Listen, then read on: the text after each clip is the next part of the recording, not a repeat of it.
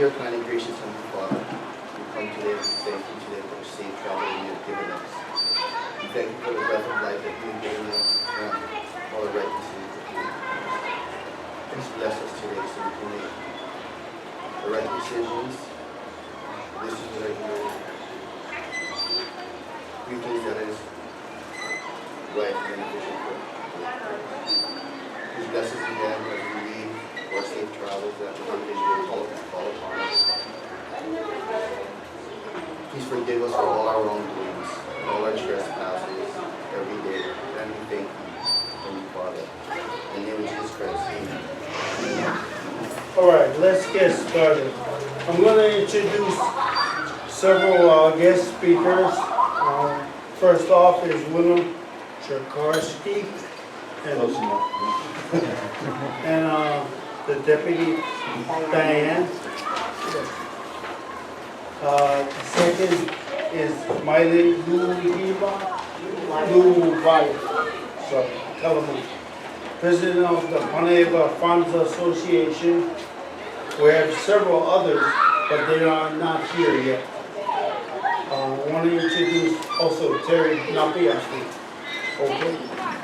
So, Terry. Aloha everyone, thank you for coming to our meeting today. There may be a few others that will be coming in, but just a little overview of what we're doing here in Keaukaha and Panaewa. We have an organization that is honing in on the health and safety of our community. And if you don't have an agenda, you can pretty much follow our agenda items today. We invited some of our county representatives here to discuss some of the issues that are important to our community. I'd like to introduce some of our county council members. Yes, you guys are gonna hide, huh? So go ahead and introduce yourself. Hello, my name is Darren Akiona. I work for County Council Woman Suli Lai, District 3, which is our district over here. And Nelson? I'm Nelson Ho. I'm the legislative assistant for Councilperson Jen Ruggles, who is from Kalapana to Keaukaha all the way up to Volcano. Great, and we have a representative from the Department of Hawaiian Homelands. Yeah, I'm Louis Howe, and I'm glad to be here representing the Department of Hawaiian Homes. Many of our students, I cannot be here today, so I'll answer any questions that you might have concerning our environment. Great. And so before we get going, I know a lot of you have been following our issues that we're raising here in the community. We welcome others from other communities from Pahoa. We have people from Pahoa that are here, from outside of our community that are also concerned about the issues that we're raising. I think all of you know that our community in Keaukaha and Panaewa, we've identified toxic release inventory companies that emit chemical emissions that may be harmful to our family or to a human being. So we're here tonight to address some of the indicators of pollutants that come from these toxic inventory companies. Some are government facilitated, meaning running with the county, our state, and we brought them here just to answer some of the questions that are being raised in Panaewa especially.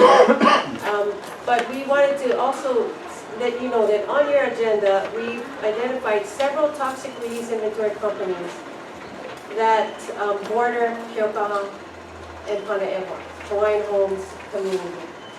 So our county facilitator for the environmental management department is here to answer some of our waste issues because they're on our Hawaiian Homes and border our community, like our wastewater treatment, as well as our landfill, and a new proposal for our compost facility, organic compost facility that is in near the landfill and next to our residents of Panaewa Farmer. So we have met several times regarding these issues. And we're grateful that I have to report that some of the issues are being taken care of right now. And we're going to have that addressed, to our community today. And we're happy that some of them are being taken care of, like our leaky pipes of the wastewater treatment. He's going to give a report. William Petrarski is going to give a report on what's happening with our wastewater treatment in Puyi Bay, and also landfill issues.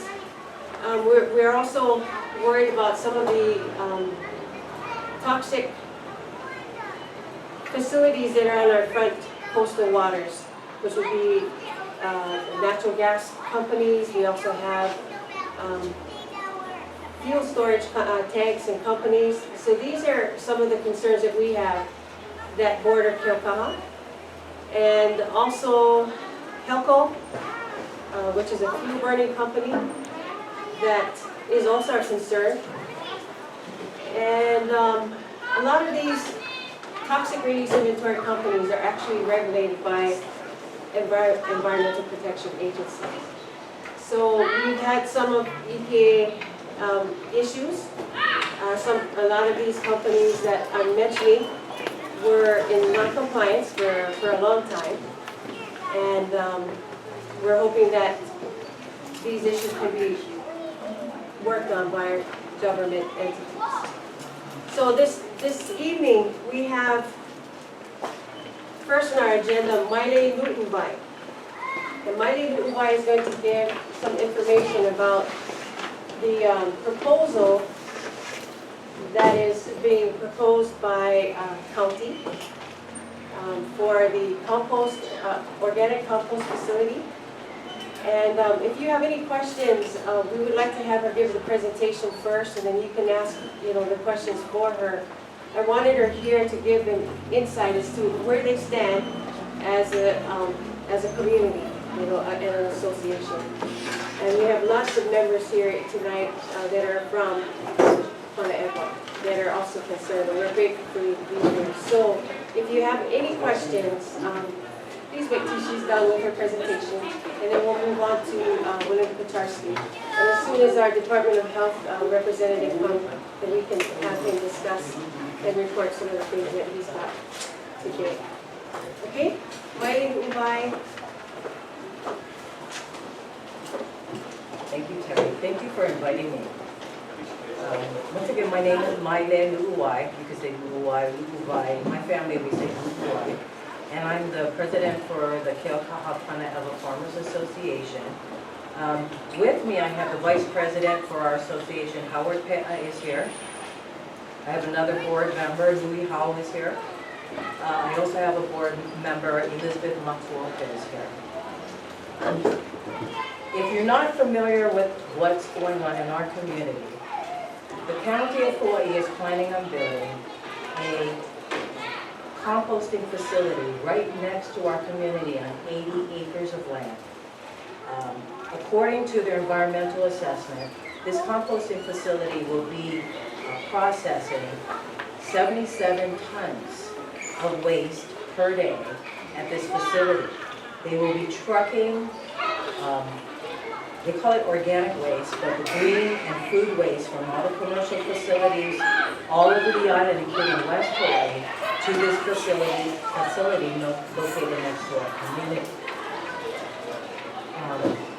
The first thing I want to state is we as an association are committed to supporting the mayor and the county of Hawaii to relocating this facility outside of our community.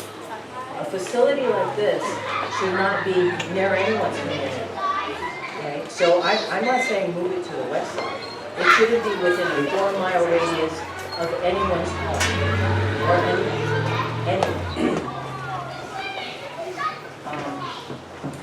As Terry has stated, our Panaewa and Keaukaha Hawaiian communities have already been burdened by these types of facilities industrial and waste facilities near our communities. We have shouldered the primary burden for this island and the primary impact because these facilities are in our community. And we're saying tolerate. We want to put in another facility next to our community, and we're saying tolerate. I want to tell you a couple of the facts that came to light for me when I found out about this facility. In June 2016, the County of Hawaii signed this contract. Thank you, Bill. This is Bill's copy, you gave it to me. In June of last year, the county signed this contract with the composting facility vendor. In July, this contract went into effect. In August, they released their environmental assessment, and that is when we as a community, after this thing was signed and went into effect, found out that this facility was being proposed to our community. What does that say to you? Our community, it said to us that our community was irrelevant when this is already signed and sealed. That's right. And the environmental assessment comes after the fact. So, of course, somebody told me about it, and I read the environmental assessment. I said, are you kidding me? And so, after I read this environmental assessment, I realized the only reason this facility is coming into our community is because it's cheap, they got the land, and they have the infrastructure. If you read the environmental assessment that was written for this facility, our community is irrelevant. We are minimized. They don't even address any of the health and safety issues. It doesn't address the devaluation of our Hawaiian Homes properties that we live on. It doesn't address the noise, the smell, anything. We have been minimized. We are irrelevant. And this was completed, of course, not by the Harry Kim administration. This was completed by the Billy Kimoy administration. And so our board pulled together, and we talked about this. And then what I did was I joined forces with our residential community. So our residential community has about 396 house lots. And I believe we have 270 house lots. And we responded in joint to this environmental assessment and said, tolerate. I found at least 5 significant impacts that will occur if this facility is built. Number one, this facility will curtail the beneficial use of DHHL existing landowners and property that has not even been built upon in Hawaiian Homes. It affects the health and welfare of our community. It will degrade our environmental quality in our community, and it will detrimentally affect our air quality and ambient noises in our community. That sounds pretty minor. You think it sounds pretty minor, but if you see some of these large facilities throughout the United States, they claim to be green and clean, but if you do research, you will find out that it is not all squeaky clean, and I'll talk about that a little bit more, because I'm going to try to keep this short. So we are not happy. Some critical information you should know about the parent company that will be building this facility. The parent company's name is Cedar Grove. So I did some research. Now if you have a phone or an iPad right now, plug in Cedar Grove and the word smell. And what you will find is the company that is building this facility in our community has received over 4,000 odor complaints from their facilities, Cedar Grove facilities, between 2010 and 2012. I couldn't find updated information, but I'll get that when I go to Cedar Grove next week. The Puget Sound Clean Air Agency has recorded over 1,000 pages of odor complaints from over 3,000 individual complainants between February 2010 and April 2015. This is a company that's going to be building a composting facility within 1,000 yards from our nearest Hawaiian home owners. This company has been issued 21 notice violations and written warnings for odor and operation violations. In 2011, this company was issued a $119,000 penalty arising from odor complaints. They have been issued 6 civil penalties between 2010 and 2013. And there has been 4 class action lawsuits against this company for 2 of their facilities, one in Cedar Grove and one in Maryville, Washington. 4 class action lawsuits. And so this is the kind of entity that the county is proposing bringing into our community and building a facility within 1,000 yards from our nearest home. Now, the complaints I'm talking about, in Cedar Grove, the nearest house is a mile away. In Marysville, the nearest house is 2 miles away. They want to put in 1,000 yards from our homes. That's not going to happen.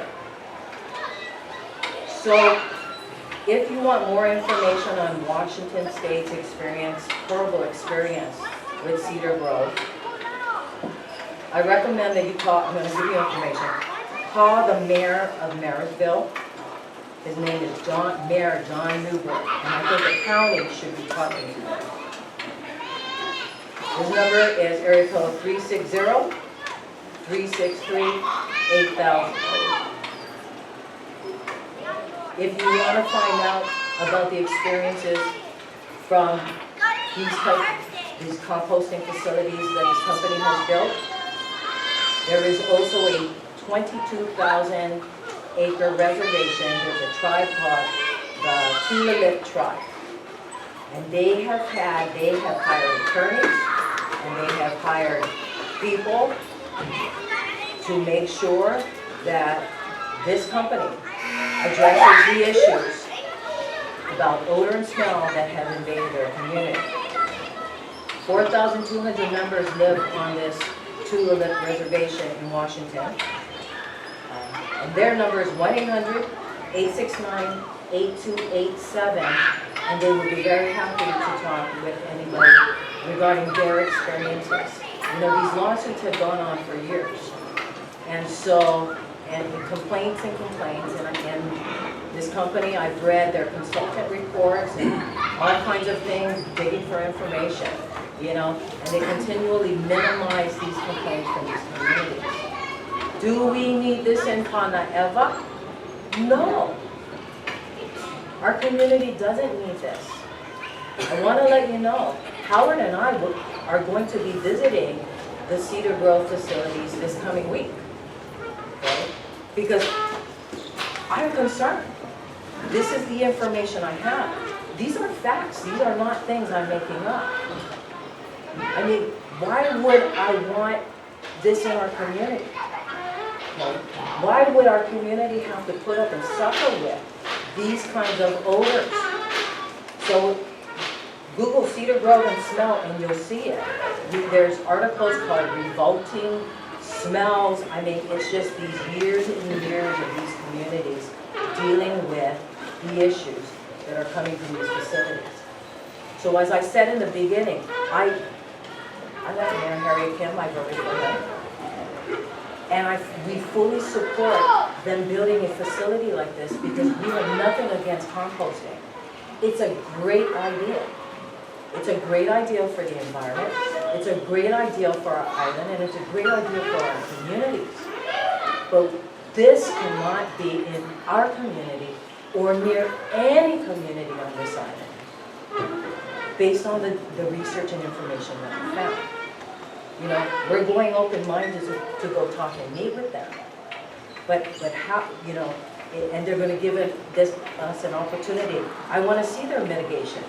They've spent millions and millions of dollars trying to mitigate all these issues, to appease the communities. And I wanna see what they have done. But it is so scary that there is no way this can come into our community, or anyone's community. I do not wish this for the west side either.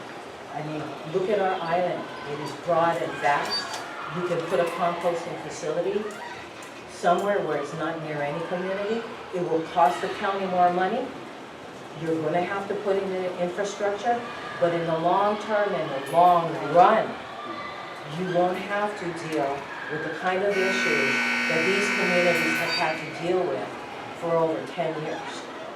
You know, better to put the K.A.N. and make it pono from the beginning than for something like this to come in to anyone's community. And so, you know, the reason it's in our community is the county is trying to save money and it's an easy fix, but it is not an easy fix. According to one of the consultant reports written by this company, this is from one of their consultant reports, and it's entitled Proximity. And according to their consultant, there is nothing more, I'm quoting it from one of their own consultants, there is nothing more effective at preventing odor problems than an isolated site located a long distance from the nearest neighbors. Their consultant, this company's consultant said this, and it's called Proximity. So, that's all I have to say. You know, we're going to support the mayor in moving it somewhere. They're going to have to put in the infrastructure and put that money in. And in the long term, you know, Billy Kinoy, this is short-term solution. You know, short-term. We need to look at long-term and long-term impacts. So thank you very much for having me.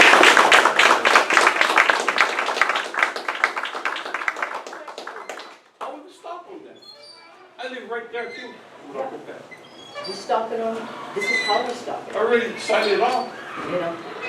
So we do the Well, same see, I thing. read this contract. I know how they can get out of it. I'm on it. I'll be there. I know how they can get out.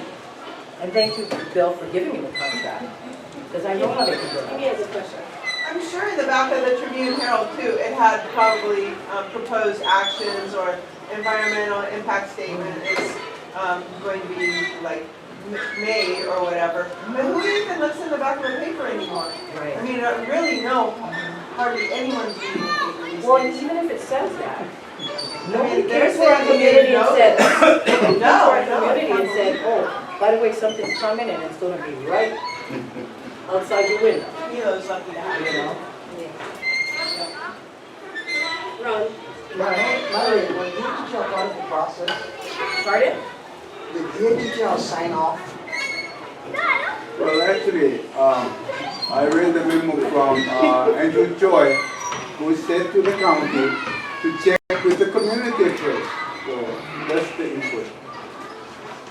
So was there a compelling reason why the administration went with this company that has so many bad things happening with it? Why would we join in with something like They're that? putting up $10 million. So Well, it's- I guess there's a bidding process, so you I have the don't bidding believe that, process. I was at another meeting, I don't believe they put it out for a bidding. This company came and approached them with the idea. Yeah, you gotta put it out for bid. The landfill will end in 3 years. So you gotta decide what you're gonna do with the garbage. But it's a beautiful mountain now. If you ever went up there, it's a Well, beautiful I view. believe it was put up. I have a question. I'm sorry. How far is the environmental assessment?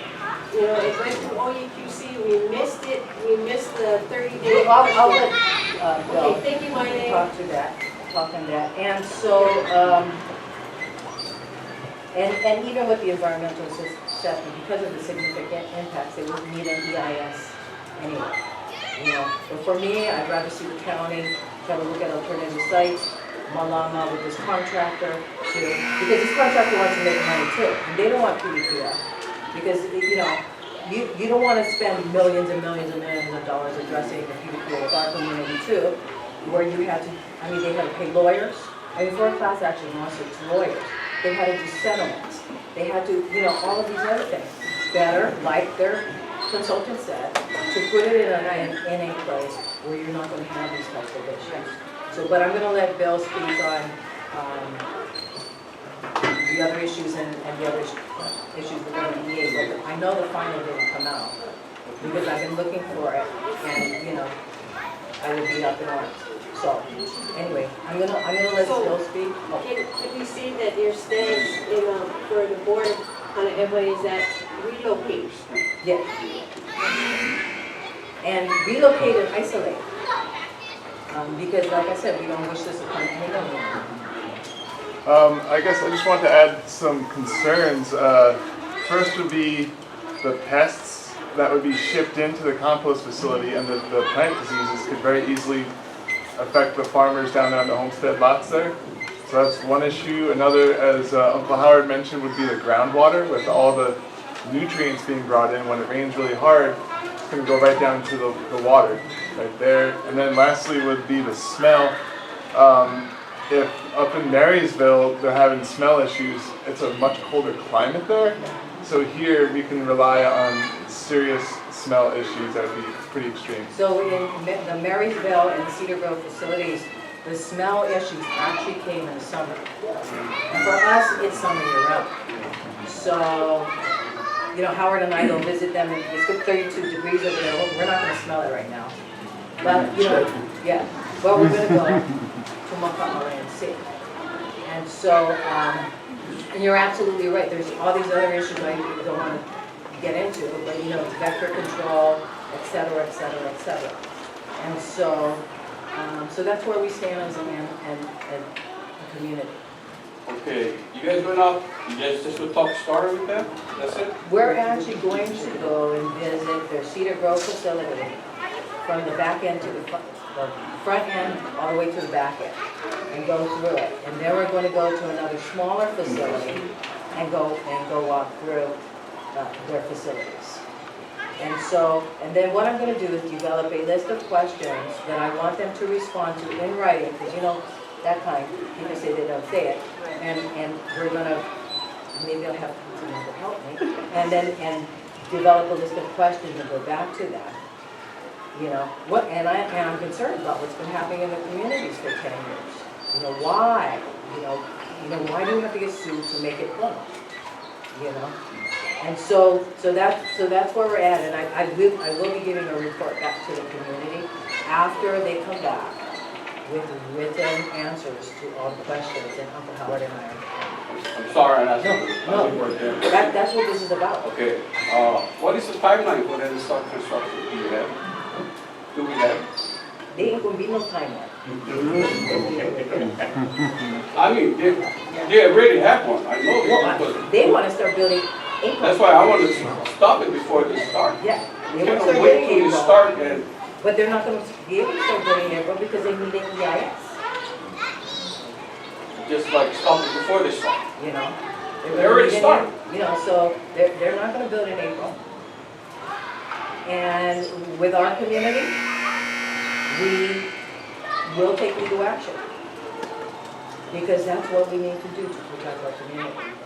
And so, and that's where we stand. Thank you. Thank you, everybody. Okay, next up is William Kurt Charles.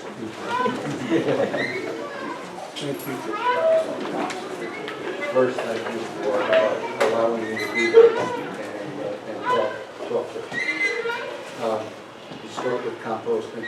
That's the topic.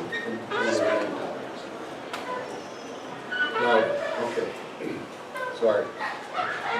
One of the first things that did when the mayor took over and we talked was we talked about this contract. And how this contract came to be. And we had a meeting very early, I think it was the 9th. We were sworn in on the 6th, we had a meeting on the 9th. At the end of that meeting, the mayor said to put a hold on the EA, that it will not go out until we have gone through and reviewed all of the impacts. We have to review the contract, which you reviewed, and it's a pretty big contract. There are 2 sections that are very important, and we need to take a look at them. We have to take a look at where this is supposed to go and what the cost of this is. And when we take a look at all of those things, the mayor has ordered that nothing is going to progress until we have reviewed all those, been able to examine our options, and be able to make a decision that's going to be in the best interest of all of the island, not just everybody else but you. I don't know what that decision's going to be, but I will tell you that we're taking a look at it with fresh eyes, without any agenda other than what is the right thing to do. And we're looking. I have my own issues with the contract. What can we do? There are different options in there for us. None of those options are inexpensive. None. We move the facility, that might be the cheapest option. But just to say that the mayor is not going to move forward on this anywhere until we have examined all of the issues associated with it. Now, having said that, the reason we're doing that is to reduce the amount of waste that should be reusable that are going into a landfill. We're throwing away tons and tons and tons of usable things every day into our landfill. The Hilo landfill is going to be closed in about a year. It's not going to be 3 years. It'll be closed and it'll be full in a year, and we'll be starting closure sometime in there. It's inexact when you're dealing with how high your garbage pile is, but it's approximately a year. So at that point in time, all of the waste is going to be going over to Westerwater.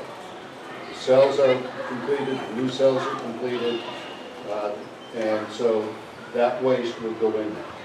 Now, the composting is something that ought to be done. The question is where and how and when. The sooner we can do it, the less waste we're going to be putting into the landfill, the more usable materials we're going to have. The food waste that we're talking about, I think the pig farmers would just assume composting didn't happen and all of that went to their animal feed, which is, I think that's a rebus, personally. But whatever is going to happen, these wastes, if they don't go for animal feed, are either going to be thrown away in the landfill or they're going to be reused. If you do composting, you're breaking down all of the materials, and you come in with a soil type material. That's what compost is. If you don't get enough oxygen, you smell it from miles away. If you have enough oxygen, it doesn't. The facility as designed, we talked about some groundwater impacts. All of the waste would be in concrete bins that would be long tunnels. It's what we call an engineered composting facility. If the facility is operated properly, theoretically there will be no odors. But you all know if you've had compost in your yard, if you don't turn it, it tells you that it needs to be turned. And when you're turning it, all you're doing is getting oxygen in. So the organisms give off CO2 instead of giving off methane, which is what you're smelling. So the process itself is long. It's a good process. I mean, composting can function. Where the facility should be, again, is a whole other issue. But the only thing I can tell, I can't tell you what the final decision is going to be, but I can tell you that that decision will not be made in a minute or a day. It's going to have very concentrated study because the mayor has made it very clear that we are going to do the right thing, not the easy thing and not necessarily the cheap thing. This contract is a very expensive contract, and we're going to pay whether we put it east, whether we put it west, or whether we don't put it. So, cost is almost a secondary issue because we have to cost whatever we do. So, I would say that about the compost. I can go on to wastewater, but if you want questions on this, please. How long will this study take? How long will this study take? Well, the environmental assessment that has been done has had questions raised and questions answered, and it is sitting there. And what the mayor has said, we're not going to put that out until we've studied these other factors. And then once it goes out, it still has to go to OEQC, it needs to have comment, and they have to make a determination as to whether the FONSI is, finding of no significant impact is valid or not valid. So there's always a chance. So something like this will take time. It will You don't take. have a time. No, I don't have the time. I don't know when or if it's gonna be released. And then once that happens, it needs to be published. And then comment period, and then there's a 90-day period afterwards when you can go after the results of that EA. So a decision will be made, yes or no, right?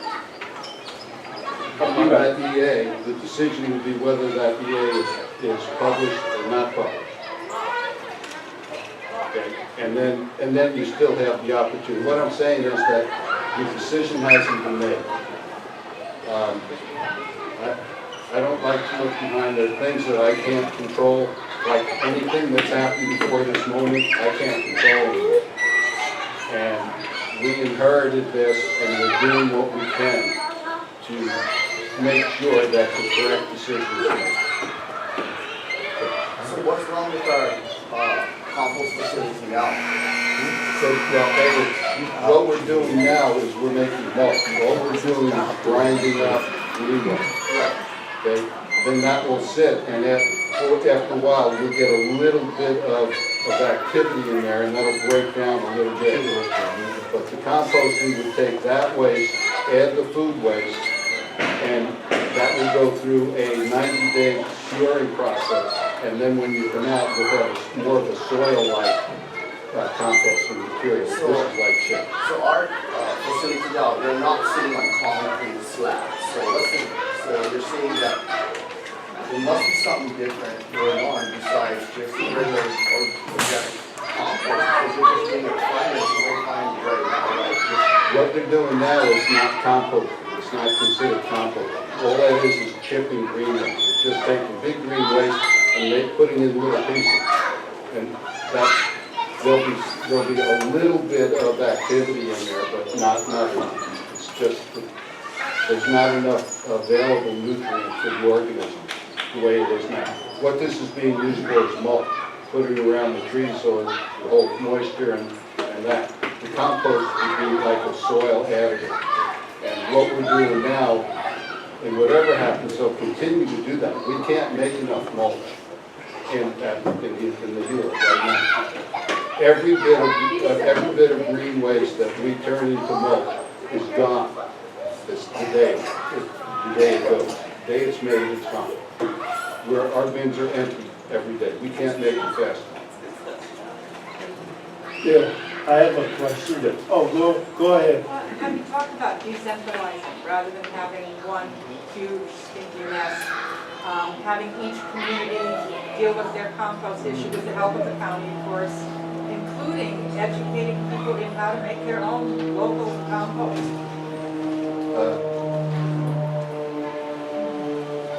I would say to go in and have an engineered composting facility in each community would be, I don't know that the value of that would be worth the cost. And if you don't deal with it right, I guarantee you're going to get you're gonna get odors you're not gonna like. And unless that's turned frequently, unless you have an external source of oxygen for those pods, you get a big pile.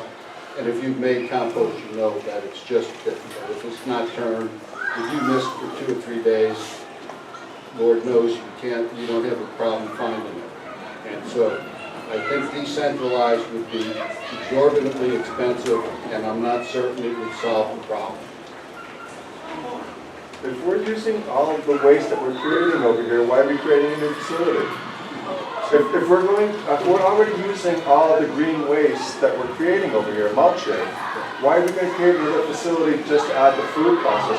The food's going to all rot in the landfill anyway, won't it? It then becomes non-usable resource. If it's turned into compost, it is a usable resource. Yeah, but I'm looking at cost-benefit analysis now of how much food we're putting in there and really that much difference of this facility and the concerns we have about this facility. It seems not economical to me.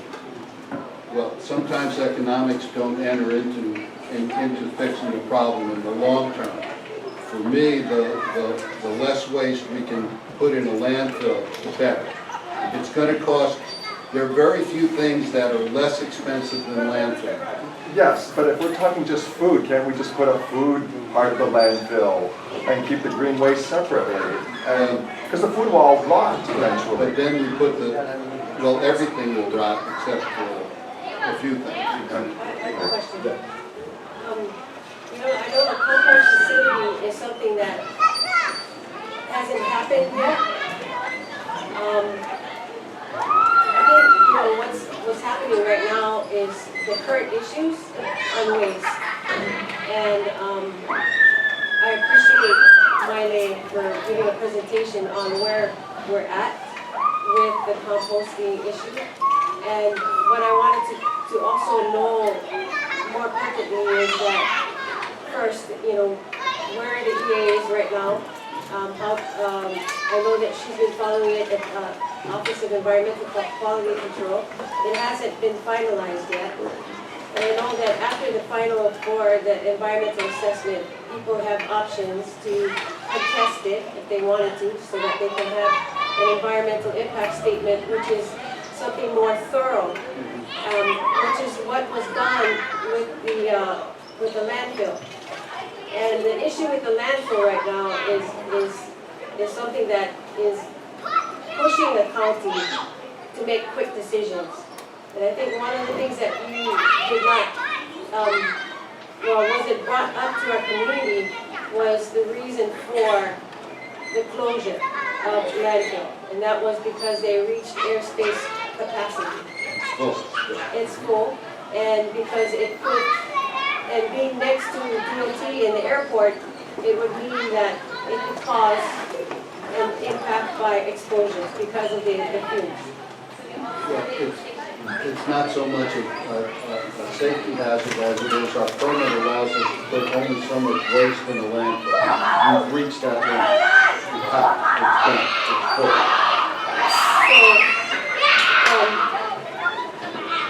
I have a question. Do we know how many tonnage of trash goes into the landfill? We have that every day. Yeah, we have that measurement every day. Seeing the experience I lived on the mainland, this mountain becomes gases underneath it. And they put pipes and they run water in it. Do we have that? We have a gas recovery system. We also have it on Westwater, and that is required by EPA rules. Another question. Could we look into burning it for fuel? Generally, you don't have enough of a continuous generation, and the quality of the gas is very low.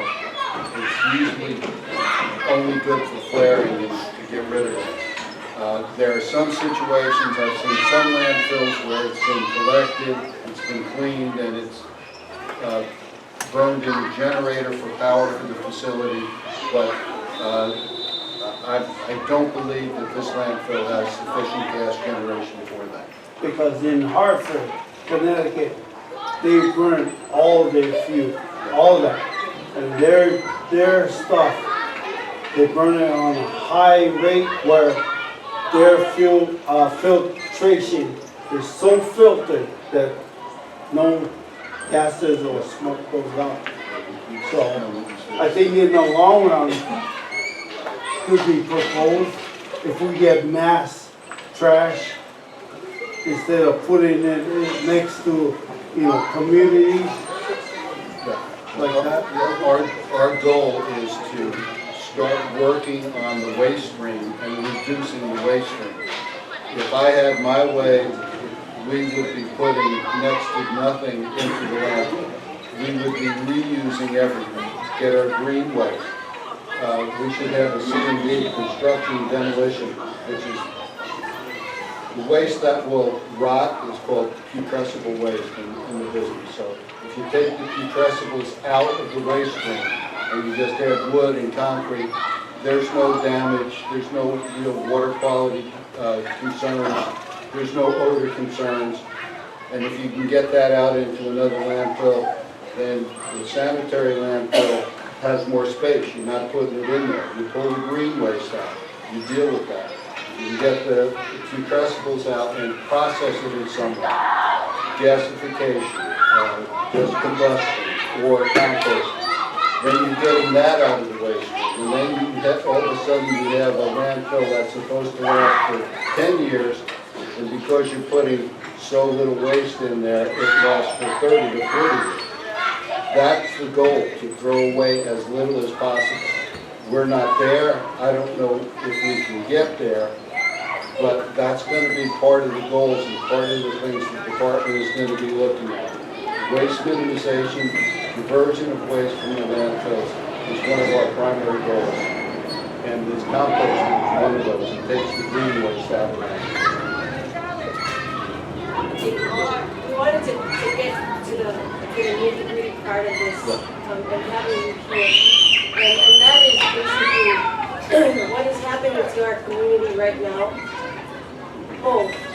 We have been carrying the burden for a majority of the facilities that, our community has been carrying this burden on toxic inventory companies and waste. We don't want it here in this community, so we need to address some of the things that are pertinently actually impacting our people. Wastewater. Can you give information on the wastewater treatment? And it's been years that the pipes have been leaking. And thank goodness this administration is actually taking charge to fix it. Can you give a little bit more information about wastewater treatment and how far we're going to go? And is it a possible proposal to have the wastewater treatment pipes shut down? Well, we talked about money. With enough money, you can do almost anything. The county is not rich. There's some things that we can do. The repairs, we did find the leaks that were in the outfall. These leaks were found. They've been repaired on the water side. The land side, the bids will be open for all of the repairs on the 26th of January. The specifications for that, sealing all of the joints, ensuring that they're sealed, getting all the repairs made to the pipe, dye testing that line so that we know that there are no additional leaks in there. All of that is going to be done, and that, again, the bids will be open on that on the 26th of January. And I would expect from there by April, May, I'm not sure I don't know what the bids are going to be like, whether they're going to be acceptable or what, because they're open next week. But once that's done, the repairs contract is let. The contracts are not easy to get through our system. We're very careful with our money. But as soon as that can be done through our system, the contract will be let and the repairs will start. Now, on the outfall, we were supposed to have the waterside outfall totally completed. We had a new coral. We had to do a number of things that are required by the Corps of Engineers to make sure that we didn't do more damage than good when we were out there doing the repairs. So we have all the coral moved. We were supposed to be fixing all of the leaks in the pipe, except this winter has not been particularly friendly to the ships that need to be out there to effect the repairs. So we have been delayed. We're going to be starting up again in April, and the repairs and everything are scheduled to be completed by June. It's not that we didn't want to do it, it's just that the weather didn't cooperate and we could not get safe conditions in which to get some of those repairs. Not only are we repairing leaks in the outfall, but there's been some undercutting from the surf under the pipe that will put stress on the pipe. We have to make sure that that's fixed as well. So that's all going to be done. That will all be, again, dye tested and to show that the repairs are good. So, yes. That'll just make the hydrogen sulfide come out of our potholes better, because all of the pipes are running underneath this neighborhood, all down our streets, and they emit hydrogen sulfide. And that's not our Keaukaha, that is the surrounding entities, Keaukaha. We are all still struggling with cesspools and septic tanks here. Yes. That being said, we're also sitting underneath 2 cocoa plants, which rain down tons, metric tons is how they measure the particulate that comes out of those from burning bunker oil. So that's, both communities are living underneath the shield of both facilities. Besides that, I see they're trying to reopen the asphalt plant and bring in biodiesel. But they're trying to dig up whatever caused the ground not to be able to absorb rainwater anymore. So I think they're in a real quagmire right now. I think it looks like there's some stop work going on. I'm also wondering if our filters were ever regularly put in to the sewer plant, because maybe last year it was pretty atrocious. The smell just driving up and down Panaewa all day. Because, and I want to say one more thing, all those storage facilities, you know, if a tsunami comes, all that stuff washes in on us, or if it's on fire on us, right? There's so many things need to be addressed at that whole port intersection. I mean, even when they're off-gassing, bringing all the fuel onto shore through these big hoses, we've had many fuel spills out there already. That area, that particular area, has been so overburdened by sea brewers, heavy metals, that are just all down. I mean, we'd probably never see a catastrophic ocean event that would churn those things up again. But sea brewers sat right there on the corner of the port for so very many years. And I remember all the fertilizers just like up against the curb, and then the rain would come and it would wash it away, you know, and it was just untethered and unquantified. And so many people in our neighborhood have really suffered and died, and they're gone. And I think at this point, Terry wants our health quantified over what that's not even state land. That was Hawaiian Homes land that all these entities are sitting on. So I think that people who have been here for so long deserve to have their health quantified. And we already know there was an air quality study that showed there was benzene and toluene present at that particular time. And that was the ATSDR, came from federal government. But then the recession happened, and then nothing happened. Except unregulation, and I think a lot of violations during that time. So Terry's uncovered all this, and Terry really wants to work with you to make sure that our neighborhood is going to see better times.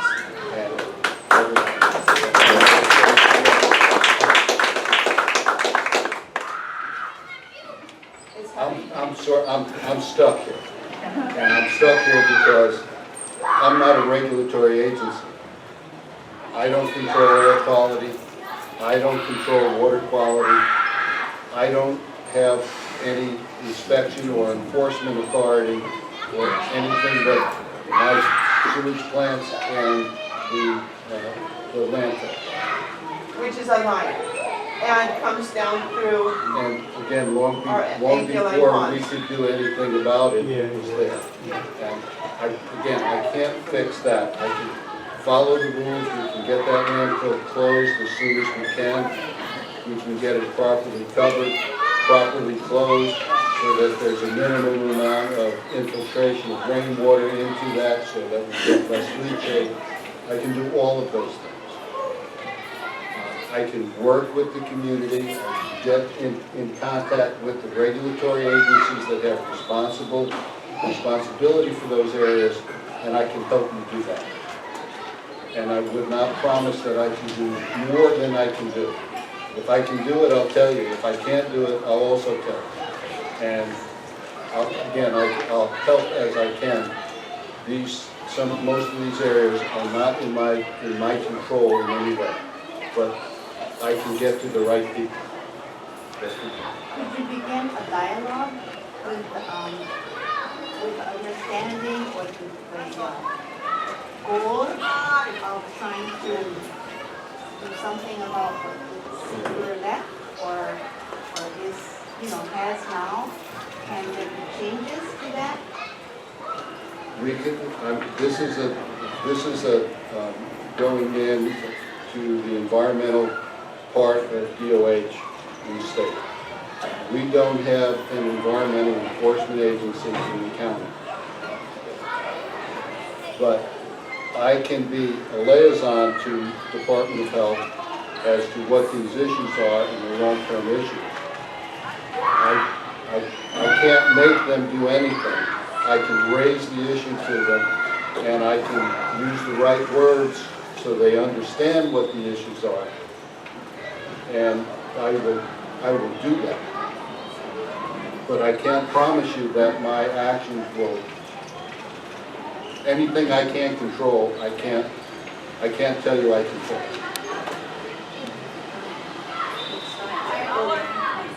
What they ask County. Nelson, you've been in the county for a long, long time. And also with the previous mayor administration. It is frustrating because we keep repeating ourselves every single year about issues like we're talking about. We've already identified 9 to 12 toxic release inventory companies that are regulated by EPA and that are also some facilities that are permitted through county. So I know that he's mentioning right now, the fact that, he can advise who it is that makes a decision. So in your perspective, Councilwoman Eloy and Darren and Nelson, what is the answer to this? Who do we speak to so that our concerns can actually be considered? Well, if I may start, I think you've already started the process with Ari. And the fact that Mr. Kucharski is here, I think speaks to the power of the community. I think you need to broaden the conversation to EPA and to the regulators that Mr. Kucharski is speaking about, because they are the ones that would force disclosure of toxic inventories, updates on those, and then plans to deal with any incidents that happen with those toxins. The third thing I hear the community want is an epidemiological study.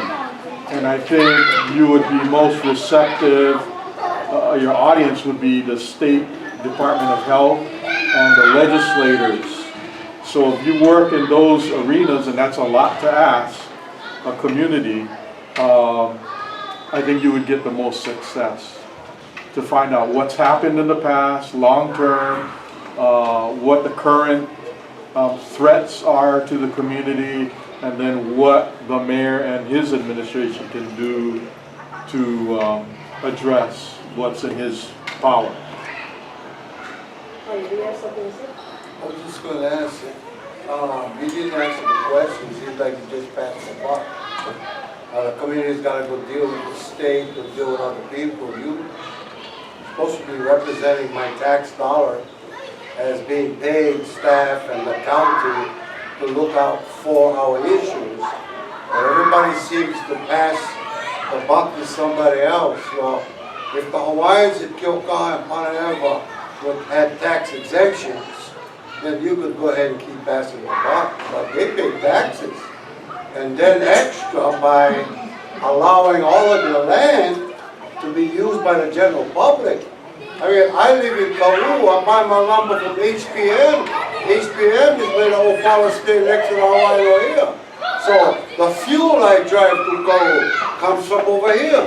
The whole island depends on the east side, and all the racist situations that you knew at this, you could see that all the Hawaiians stand the burden of all these toxin facilities. And the whole island benefits from the backs of these Hawaiians who can't defend themselves because we got government who keeps passing the buck. Now, if you're supposed to represent the natives in Kau or Puna or Hilo, then you start at the county level. You should be initiating the county to inspire or get the state involved in these health concerns. You know darn well that the state get a lot of money in the health department coming out of geothermal, millions.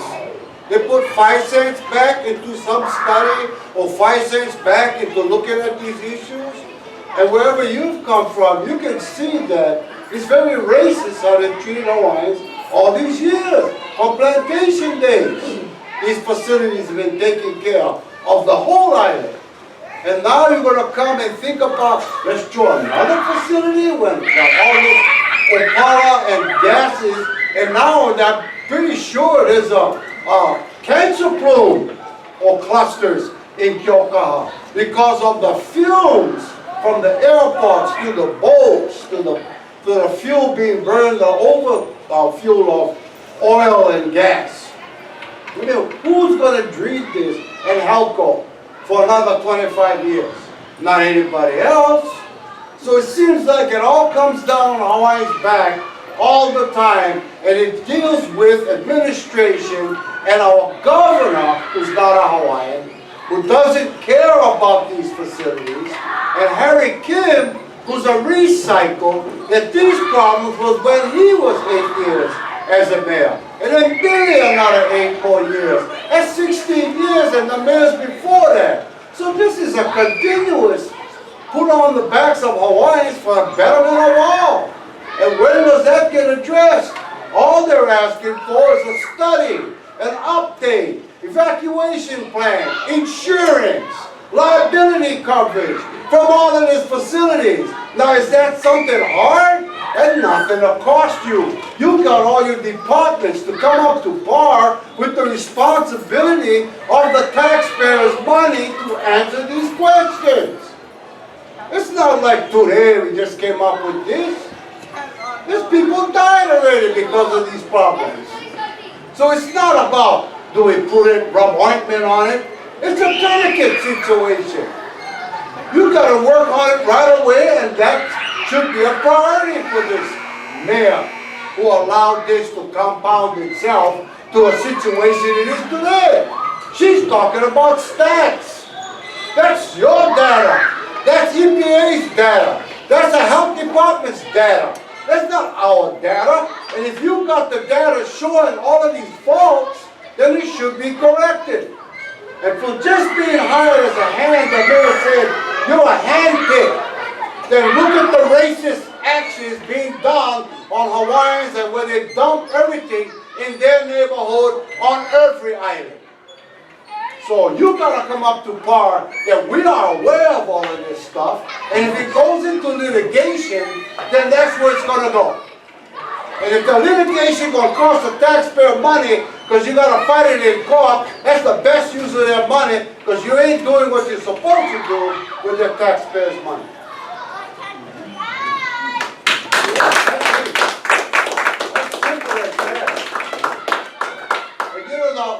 The other thing was about being offered to go see one compost plant. You know, in Keaukaha, they put rockets on Hawaiian homes back in the day. We blocked that rockets because they're going to send the kids to Florida to go look at rocket school. Okay? They always seem to take somebody in the community who will get loudmouth and go entertain them someplace. Geothermal, the whole county council went to Australia to go look at geothermal. I mean, it's always feeding the people little tokens and goodies. And the sad part is, all these people in office are transits. They don't live. If there's a problem, they will not come back and clean it up. But they'll approve it, but they won't clean it up.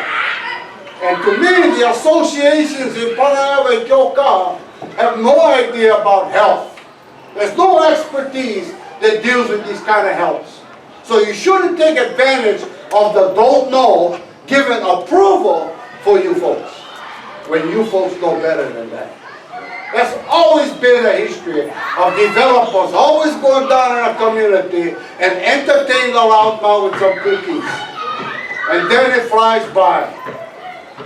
Same old routine. So you gotta know right off the top that we're not that and we know more than you think we do. So I would advise you to go back and tell Harry, start cleaning up the problems when he was a mayor, because it's compounded itself to now. And quit using the backs of Hawaiians to take care of this island, and they live with the pilau. While he enjoy his martini on his balcony in Puna, we gotta live and smell with this stuff over here. So it's everybody's responsibility, all the county council's responsibility, to step up and clean this up in Keaukaha, because you folks taking advantage of all the wrongs and not fixing them. You're going to put some more wrongs with your compost plant. Fix what you got now. That's pilau. Can I say something? We're gonna go see that facility, but Oh, let me yeah, tell you, go. I don't think the cremated eat the cookies, and Howard and I are more intelligent than them. So if the facilities are not good for us, then no go see them. Nothing's wrong with maka'ala and educating yourself, so. Enjoy the trip. You don't know us. You don't know us. No, I know you don't want it. I appreciate that. Very good, God. I like what you said. Everything is a homework. I want to go there and do my homework. I think you did well, Uncle, by not having it approved. I agree with you what you said. Yeah, I agree. As I said, as community leaders, our position is no. So it's enough to tell everybody. The next thing we want to do our homework. They call mahawai. Well, shut your mouth. If you want to get the facts, you have to do your homework. And that's what her and I are going to do. We're not going to visit that place over there. We're going to maka'ala all over. They call it complete your circle. And that's why I'm proud of Terry Lee. She's completing her circle, finally. Doing her part like her grandma. Work with NTM and not behind. I work with her. I just got involved in community. Never did. Oh my God, community got an issue. But us people get the power. Stop drinking your beer and stay in your corner. That's right. How many of you vote? Oh my God. So, we got a lot of homework we got to do. But as Miley has said, we're going to do our homework. Oh, enjoy. Well, I like Miley. You know, I like Miley. Off the record, chicken balls. You can find one in these ladies. Yeah. Mr. Bear. Oh yeah, I have a reputation too. Yeah. So my name is Guido Bear. I'm not worried about that. You know what, Uncle? No, let me finish mine. And I love you, what you said. You said all true. Yeah.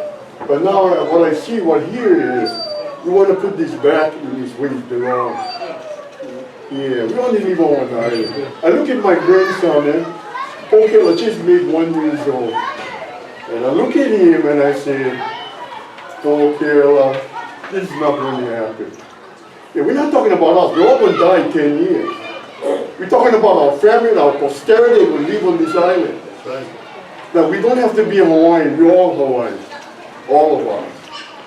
Yeah, Hawaiian is hard. But you're right. Everybody has responsibility. They need to take their responsibility, called kuleana. Everything you say right. But when you come talk about me and my name, you stop there. We're there to do our homework. I want you to let you know that I don't talk behind your back.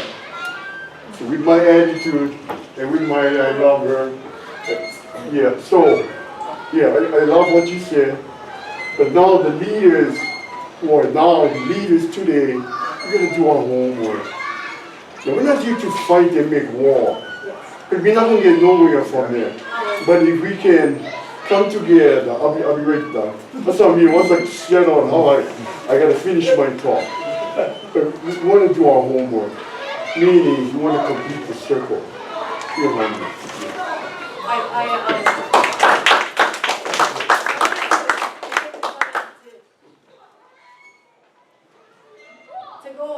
To go over what's happening to our community. I'm not sure, how you all feel about the fact that we're all Hawaiians. But we do understand that there's a bigger picture to all of this. And we cannot be allowing the suppressor and oppressor to get to us. And one of the reasons why we have people explaining is because of experience. Experience about how our government has taken our people in different directions. It's not us. It is not our people. We're reacting to what we are conditioned to do. We are actually reacting to what's happening to our people. And then we're making excuses for our own decisions. And I understand that everybody has a reason for making your decision in your position, in your home. But if you take the bigger picture about what's happening to us, it is not only happening to us in Keaukaha and Panaewa. However, stats prove that Keaukaha and Panaewa is the only Hawaiian home that is dealing with this kind of issue. The only Hawaiian home that is dealing with this issue. So, we're not the enemy. We are not the enemy. I appreciate William and our county council people to be here. We're asking you to be the gateway so that we can make a difference. Keaukaha is only talking because he's been in the front line for 40 years fighting development. So we apologize if it comes out to in different ways, but this is a place that you discuss it. That's why you're here. We are not the enemy. We are not the enemy. I've watched families on my fence line, at least one member of each home died of cancer. And it wasn't until I went house to house in Keaukaha alone with a survey where families feel comfortable telling me about the families that died in their home of cancer. Okay, so now, when you put your perspective as to what really is happening to our families in Keaukaha, this is serious. But I'm going to tell you something. When I did bring it up in this community, I had resistance by my own people. But my own people and my own leaders. Why? Why do you think they came up against Terry when she lives on the fence line with her families? Right in smack of touch and go. Right smack in touch and go. 2 runways. My family had to endure over 50 years of jet fumes and noise. Why did I come in this community and I have resistance to bring up the truth? And I knew that when I came into this community, I had to bring you guys facts. Because I was told, Terry, you open your mouth, they're going to make our people leave. What kind of threat is that? That threat was not given to our people by ourselves. That was instigated by government and the oppressor. Not us. So why are you taking the crumbs is what I'm saying. The crumbs from our families' mouths so that we have to beg every time and time again, beg county council to get on the damn freaking agenda. Beg our mayor to tell us, you know what, maybe you shouldn't put this over here. But to have our own people against each other, you look at the bigger picture. It's not us. All we want you guys to do is to come up with damn answers so that we can stop this shit. I lost a brother, okay? We just lost a classmate who lives on a fence line a week ago. It's time sensitive, damn it. I have families that in our community that are sick as hell. I have a sister in the hospital. So what the hell is going on with our people? Why? Why are we even discussing the crumbs that are giving through government and power? Why? That is always done, and it is recorded of how many of our people are willing to take the crumbs. Why do you think DHHL is shoving people over here? Why do you think? At the last meeting, they uncovered what DHHL is doing to us. Okay? 200 homes supposed to be mitigated. 200 homes mitigated from the sun. Do we have a monitor reading ever? It was never given to our people. So how do you know that the noise level is high? 200 homes. What, Uncle Louis? They just finished the 12, yeah? That they were supposed to finish in 2004. Did they just finish the 12 people, the houses that was allocated? Did they just finish this year, 2016? Yeah. How many years did it took to get 12 houses? Are they going to fix the other 200? Yes or no? Well, what we doing here tonight? What we doing here? We're doing here because we gotta do something right. Now, our history won't show what happened to the white people. And you know that. Wait, you know that. So now you start talking about white homes. The problem with white homes is serve two masters. And that's the issue. We only have one master, and it's supposed to be our beneficiary. Okay? So, the history will show martial law. You know what is martial law? Martial law is when World War II came. Hey, there's no discussion. This is life. This is what happened. The wharf was built. The breakwater was built. And this is the situation. 1942, we moved to Hilo from Kohala. The wharf was already there. Everything was being done. Martial law means there is only one say, and that's the federal government. Now we're going through all these phases. 1960, 1950, your mom or your grandma was here, my mother. We went through all this when the county made some decisions. The Department of Hawaiian Homes served two masters. The federal government, the state government, the county government, the big five, and the utility companies, and the general public. Everything we do is to serve all these people. That was on the back of the Department of Hawaiian Homes, and that's the problem we have now. This is the first time, I think, that we sit down together and we're looking at this. The Department of Hawaiian Homes has made so many errors in the last 92 years. And it's coming down to the Nelson case. It's at the legislature. We're fighting for our rights. We're defending our rights. Now, we shouldn't be blaming over here. What you're actually talking about, 12 homes, that's not a decision by Hawaiian Homes.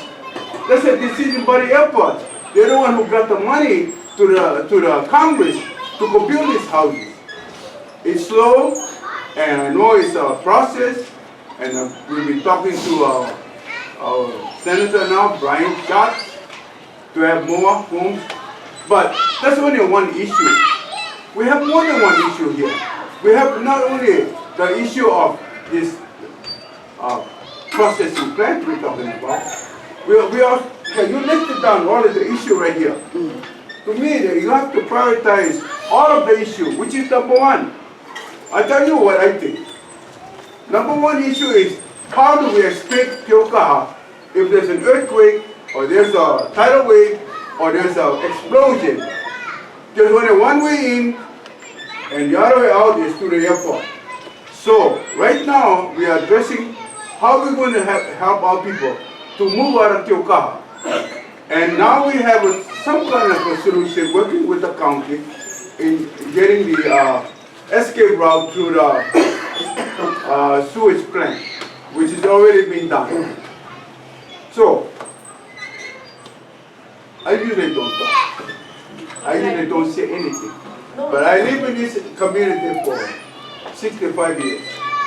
I live in a Pico, right across the street here. So, I think what we need to do is what my leader going to explore, and it's not a, hopefully it's not a cooking, we're talking about David. I think we all going to learn from this process. And so don't start picking and talking about only 12 homes. You know, only 10,000 lessees we got. We got over 30,000 people on the wait list. Our biggest problem is to put people on the land. And sometimes it's the infrastructure. And this is what comes into play. Well, I hope I answered some of your questions, because we need to work together. Now, if that's what I'm here for, and that's what I'm here for, to listen and to report back to the department. We're all in this together. I cannot say about the past, our pupunas, my parents, and they always call a sewer plant down here Hailing Hills Sewer Plant. It was a decision she made, and the council made, and we had to live with it for all these years. So, I think I want to talk soft. No, really, I sympathize what we got to go through in the backs of our native Hawaiians. But we still got to fight for what we need and what we want. So. Thank you, Ron. I gotta admit, I belong to the United Church of Christ. And 25 years ago, when it was Iniki, 25 years ago, right? Our church had a commission for racial justice. And they did a national report on where all the problems of pollution were. And they were all in the communities of people of color. Yeah? And so when I heard Carrie telling me all of this kind of stuff, and I said, oh, that's the same thing, right? 25 years ago they did this study. So I think I gotta go dig out that study and bring it up again, because that's part of the bigger picture, I think, that we're talking about, yeah?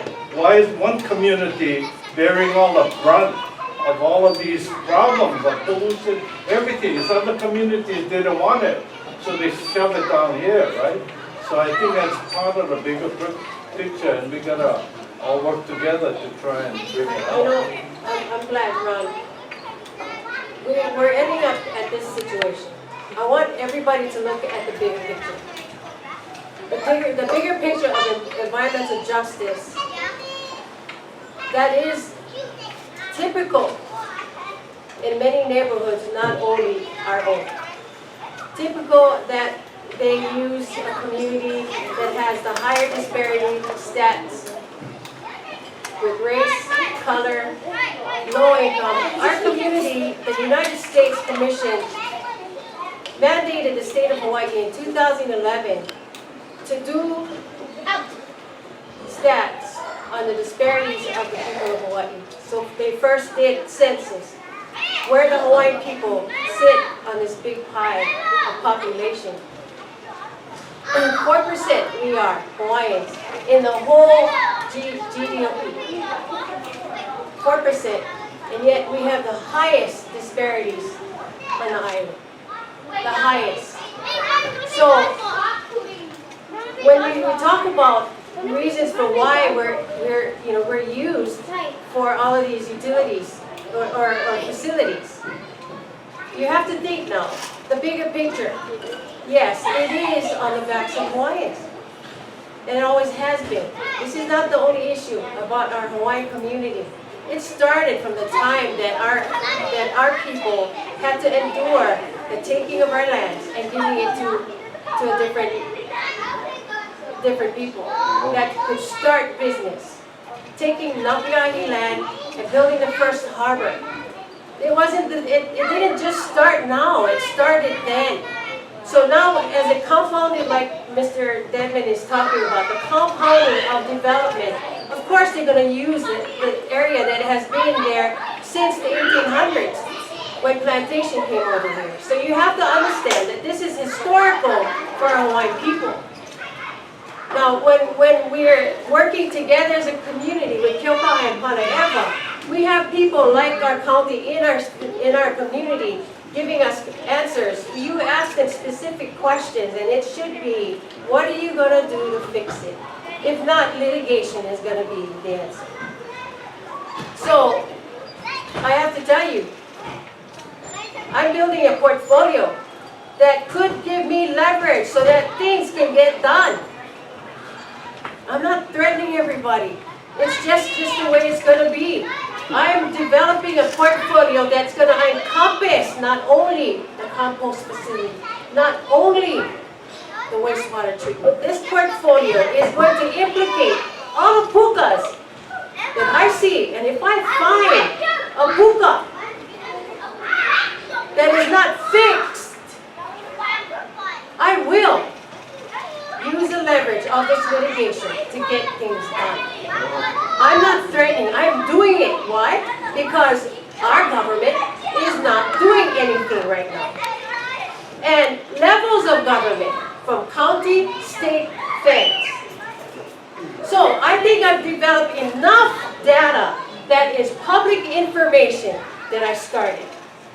I identified toxic release inventory companies that are emitting chemicals that could be detrimental to the health of people. But nobody took into consideration what these 12 toxic release inventory companies are doing cumulatively all at the same time. If they're running under the radar, right? Oh yeah, within standards. But you're in close proximity, bordering our families. Bordering our families, toxic emissions daily, all day long. Nobody's taking into consideration what that is doing to our families. And that's why I asked for a comprehensive study. But what I'm doing here today, and I want the mayor to know, is that we want these issues fixed. Not compromised. Do you know what compromise is? Compromise is, okay, maybe it's all right, go fix them. You know, I really, to tell you the truth, you go fix them because it's pushing out sewage into where our kids swim. But after that, you got to give us an opportunity to justify why you're still running that hookah pipes. It's gonna always be hookah. You see what I'm saying? So you justify to me, not me justify why we should be moving the pipes. You justify to me why you still get them. When you know you got alternatives. I don't care about money. Yeah? If they uplifted our community last year with all of these parks and facilities, they should have used it for a new pipe. You see what I'm saying? We have remedy for you. We have remedy for DHHL. Now, Uncle Louie, when I had opposed the environmental assessment for the infill project, DHHL was going to shove people in harm's way and not tell the families that they were going to be in a crash zone. So when I called DHHL, I'm not pointing finger, I want answers. When I asked DHHL, why did they put families in the crash zone? Did you know this or not? What are you talking about? The decision was made in 1960 something. That happened. So they moved a lot of people from Keaukaha to Panaewa. What I'm asking, you That's see what the I'm saying? problem. You see, this is just one of this big pie. I know, we could look at all the issues there. No, you're gonna We have to look at all the look. problems. This is How what are you I'm gonna saying. resolve it? You're gonna have to look at the That's whole. right. And then you're gonna look for answers. No more giving us And the excuses. Hawaiian homes, I will tell you, the governor appoints, you know, We gotta change and it. all the commission. So who they dance to? Why don't we have the community choose who we want as commissioners? Well, that's That's good. not the law. If we can change the law, then. What law? Tell me. What law do we have to Because- change so we can change it? The 1920 Act, so the The act. government appoints. Commission Act. The Commission Act only does rehabilitation for putting homes on land. Does it deal with the health and safety of our people? Yes or no? I think we're getting off the subject. No, it is a subject. It is a core subject because why, Uncle Louis? DHHL allowed the compost facility to be leased. Wait. Yes. Yeah, I saw the memo coming through. That's why I said earlier on. The memo came from Andrew Choi, who is the planner, that says the community, I mean the county should check with the community before making any decision. Seven of the toxic release inventory companies, Uncle, is on Hawaiian homelands. So are we being compensated for the distribution of emissions? No, we're not. No, we're not. Oh my God, how do we fix this? This is what I'm saying. No, look at the annual report. It will show, the annual report will say, the Eastman Company has not paid all their fair market value. And that is a problem, that is an issue. We don't have, supposedly not going to have to go to the legislature to ask for money if we charge everything on a fair market value. But anyway, it's the study is there and we need to correct it. Mahalo to everybody showing up. Our communities are beneficiaries, especially in our homesteaders, our successors. This is an environmental catastrophe. This is a health catastrophe. This is overwhelmingly one of the most important meetings that should be fixed. Pointing the fingers, we don't know, but the way we got to move forward is identifying the stats that Auntie has produced tonight, the overwhelming facts, the stats. All these things are very crucial in these times when we talking about mo'opuna, we're talking about our future generation, we're talking about our kupuna who are still here, right? And how does this benefit the beneficiaries? We're not going to be able to live if our health is not sustained, if our environment, our aina is not sustained. Where do we go? Where do our keikis go? How do our kupunas live out the rest of their lives? And how Auntie described these several corporations that's been here since over 50 years or so that are continuing the pipes, leaking, kukai coming. It's not on our backs. This is a catastrophe. This is that to say it's on our backs is a kind gesture. Yeah.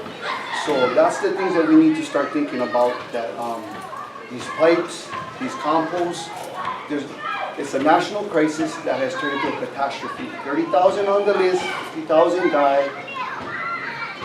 Where's our homesteaders? Where is the aina that our people supposed to be on? These are big land areas that we're talking about. But where do the Kanakas be?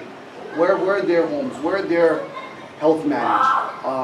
These are all things that we need to start talking about because it seems like the general public benefits off of the beneficiaries.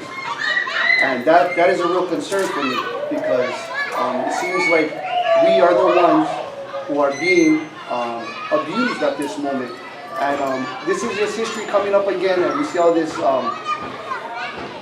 This is only Pono. When we always discuss these things, this is Pono. This is how things develop, yeah? So when people get heated off of these things, this is all Pono because we have to talk about these things. This has been compounding for a long, long time. And the way that it's coming out now is a very real issue. And if things are going to be built in these manners, then these things have to come true. The beneficiaries, specifically, if it has to be on DHHL lands, we're not going to have to take a tally go around this whole aina for see who would deserve to benefit off of our 1921 Hawaiian Homes Commission Act. And that's where all of these conversations have to go back to a root source. Have you been discussing these matters? Have you been coming to these meetings to give out these facts? to answer uncle or auntie whenever they have these questions, and not refer these things to the next department, because that's what we're seeing right now, is just we refer to the next person. When auntie comes up here and gives the whole layout about what's going on and pinpointing what company, the top 7, and these things are facts, like auntie said. It's hard work and hard, strong moves that our community is taking upon itself, and auntie too, for the brunt force that she's been getting. But this is just a process we have to go through. But you guys are missing the whole point of the beneficiaries with their health. Cancer, people passing away, they're never going to return in the physical form right now. So we have to be mindful when we come into these communities of how we're going to address these matters. And not just say we're going to put Band-Aid over the cut when the cut is too deep at this moment in time. Governor Ige already announced that it's a state emergency for this crisis. It's not a crisis, it's a catastrophe. Our health is a catastrophe. Our INA is in danger right now.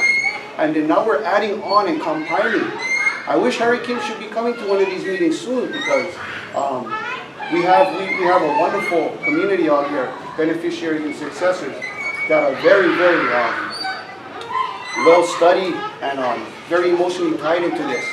And that's where we need to be, because this space right here, we should be talking about remedy, not Band-Aids. Yeah? So that's where we're at right now. We're talking about the betterment of the beneficiaries who have been plagued with this catastrophe since 1920. And it seems to be impiling the rubbish compost. It expands. Every time it's supposed to close, it has a 3-year added life to it. It's just like it's powered up every time something new development has to come up. And it's always on DHHL. And we need to have a firm commitment to where we're headed and who is being affected by these matters. Because all of us are being affected in some way or another. But the homesteaders and the beneficiaries are taking the brunt of this whole mess. And so the studies, the next time you guys come, I would love for you guys to come up with stats, numbers, and all of these information that Auntie's been saying, all these lawsuits that they've been going through. I don't even know how we can even entertain, but I mahalo our leaders now. Uncle up in the front and Auntie, how they're going to go up in Maka'ala, but the first word was no, and that is pono. Because so far, everything has been coming out not in favor of our environment or our beneficiaries. So I would only humbly ask that when you guys come with answers and not Band-Aids or speculation of how you guys would like to impose these efforts upon the beneficiaries, yeah? So once again, mahalo to the community, but we need more facts, we need more commitment, we need more oya'i'o, yeah? And we need those numbers to show what you guys are trying to envision upon us, right? Because right now, you see how things are coming out, and it's not going to be any better if you guys are passing this down the line. So humbly ask that you guys come back with some more numbers and stats with these things, yeah? So we can move. Remedy is what we want. There you go. Okay, so now that you know our frustrations, now that you know where we're at, and it's never been fixed. You know, Mayor Kim knows all about this. He was civil defense. He was here when the Keaukaha, wood treating, I'm sorry, not wood treating, excuse me. HPM wood treating, which is on Keaukaha Street. He was here when it spilled into our aquifer, into our ponds. Wastewater, the waste land, it was an issue then. Like you said, 16 years ago. And it's still an issue. So, I appreciate all that's here. We passed out flyers, we sent out, people keep abreast of what we're doing. But we're hoping that these issues don't last forever. And so I really would like to hear from County Councilor Lloyd and Darren. Darren, you please, because you're on the County Council, and I need to know, go ahead, yes. Well, before they say anything, I like to add what you folks say, just like you hear these kids all night. So what's the DOE's position about evacuation?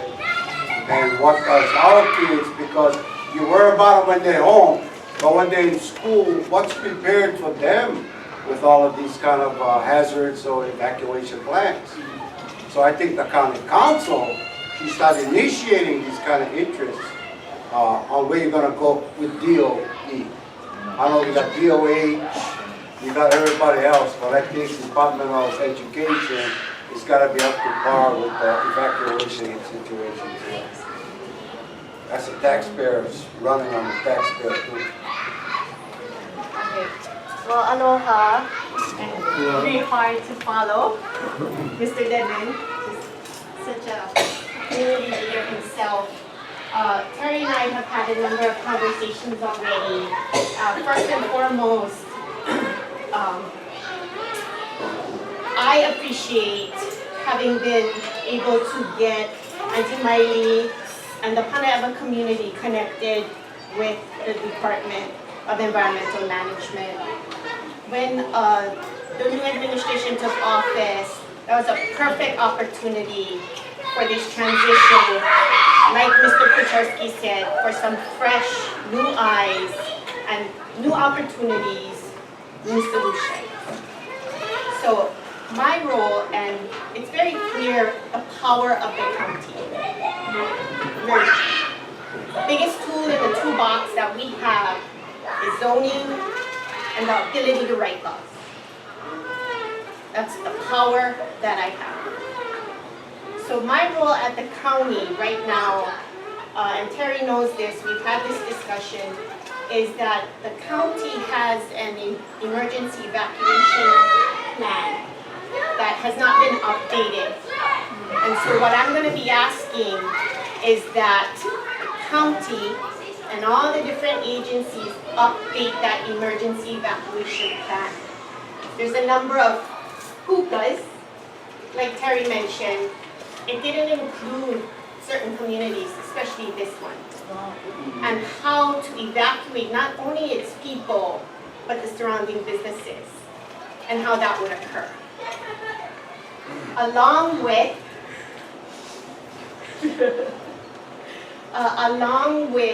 language that would help these toxic release companies provide an inventory through this emergency evacuation policy and plan, provide that information through this plan that the community can have. So that's the strength that I have on the county. We have talked about other opportunities to get other types of funding to help deal with our rubbish, our wastewater, and repairs to that aging infrastructure. Just like everybody else is maka'ala, I'm doing the exact same thing. And I don't know what that looks like right now, but I'm looking at opportunities, maybe through our zoning, to create pockets of money that would help repair our aging infrastructure, and then look at those long-range strategic plans that really does lift up some of the things that this community, Keaukaha and Panaewa, has shouldered for generations. And Terry knows this. So that's what I'm doing right now. I do want to share too, Terry, I did talk to Dr. Presby, who is the Department of Health, for the air quality monitoring. I spoke to her. She's talking to Kauai to bring it here. So that was the other piece that I helped Terry do, was they had an air quality monitoring station, thank you, on Kauai that they're not using anymore, to bring it over here. So we're having that conversation, and then I have some colleagues over on Kauai to help kind of make that shift. Yeah, faster. So those are the three things I know I can control. I recognize my circle of impact and what I can do. I take it very seriously. I grew up, I'm in Panaewa myself, so.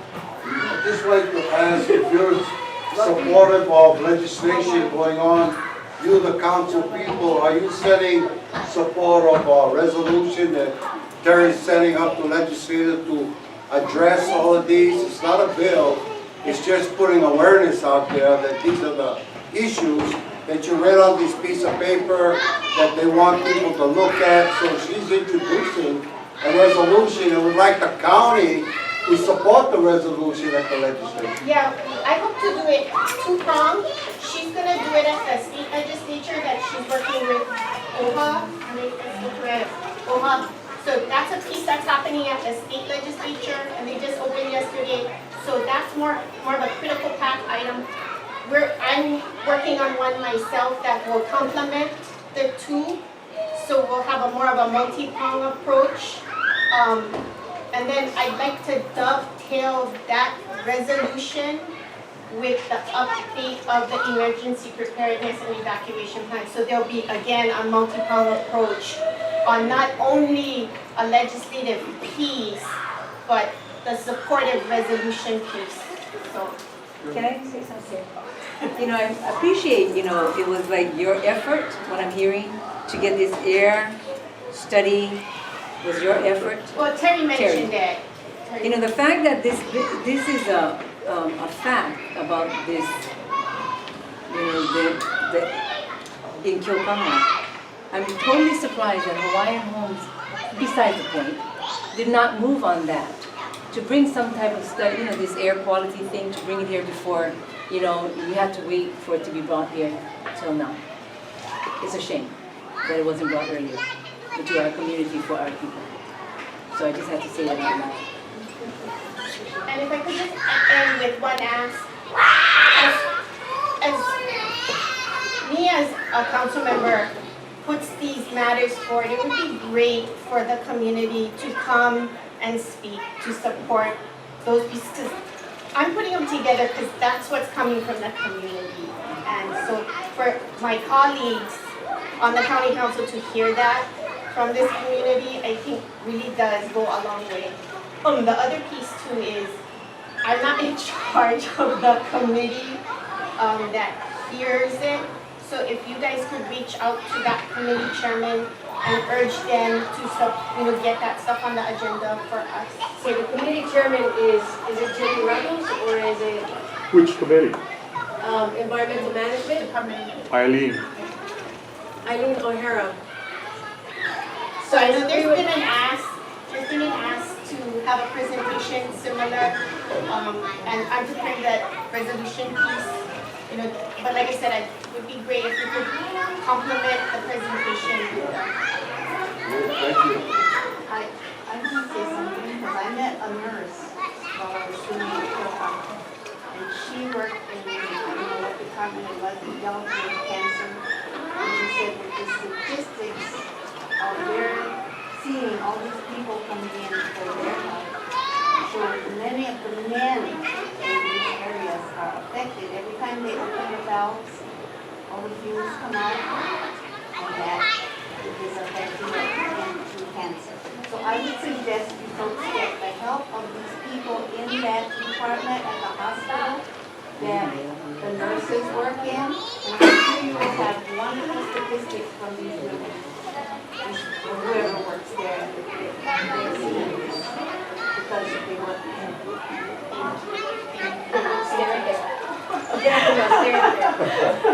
You know, I appreciate you all staying. This is important. Even if it comes out a little harsh, we have to listen to this because this is frustrations that are real. And we have to deal with it. And we talk about it. And that's the best way to come up with better remedy and solutions. So I apologize if I got a little emotional, but that kind of helps everybody know where we're at. And especially our government officials, so don't leave. Now, one of the things that we were going to don't leave. One of the things that I did ask her was emergency response. At the County Consortium of LPC, it involves emergency response. Any entity that involves emergency response would be fire. I was hoping Gerald Kosaki would be here tonight. Department of Health. It would be emergency EMS, hospital. It would be civil defense. Now, the reason why I brought up emergency and you're bringing this up, there's only one way out of Keaukaha, because they shut the roads down on Panaewa. It's out through the runway. But more important is the fact that these toxic facilities are in front of us. If there was a disaster, hurricane, tsunami, it would go through these facilities first before it comes here. So, and we're all under supposedly the county tsunami zone, even emergency response.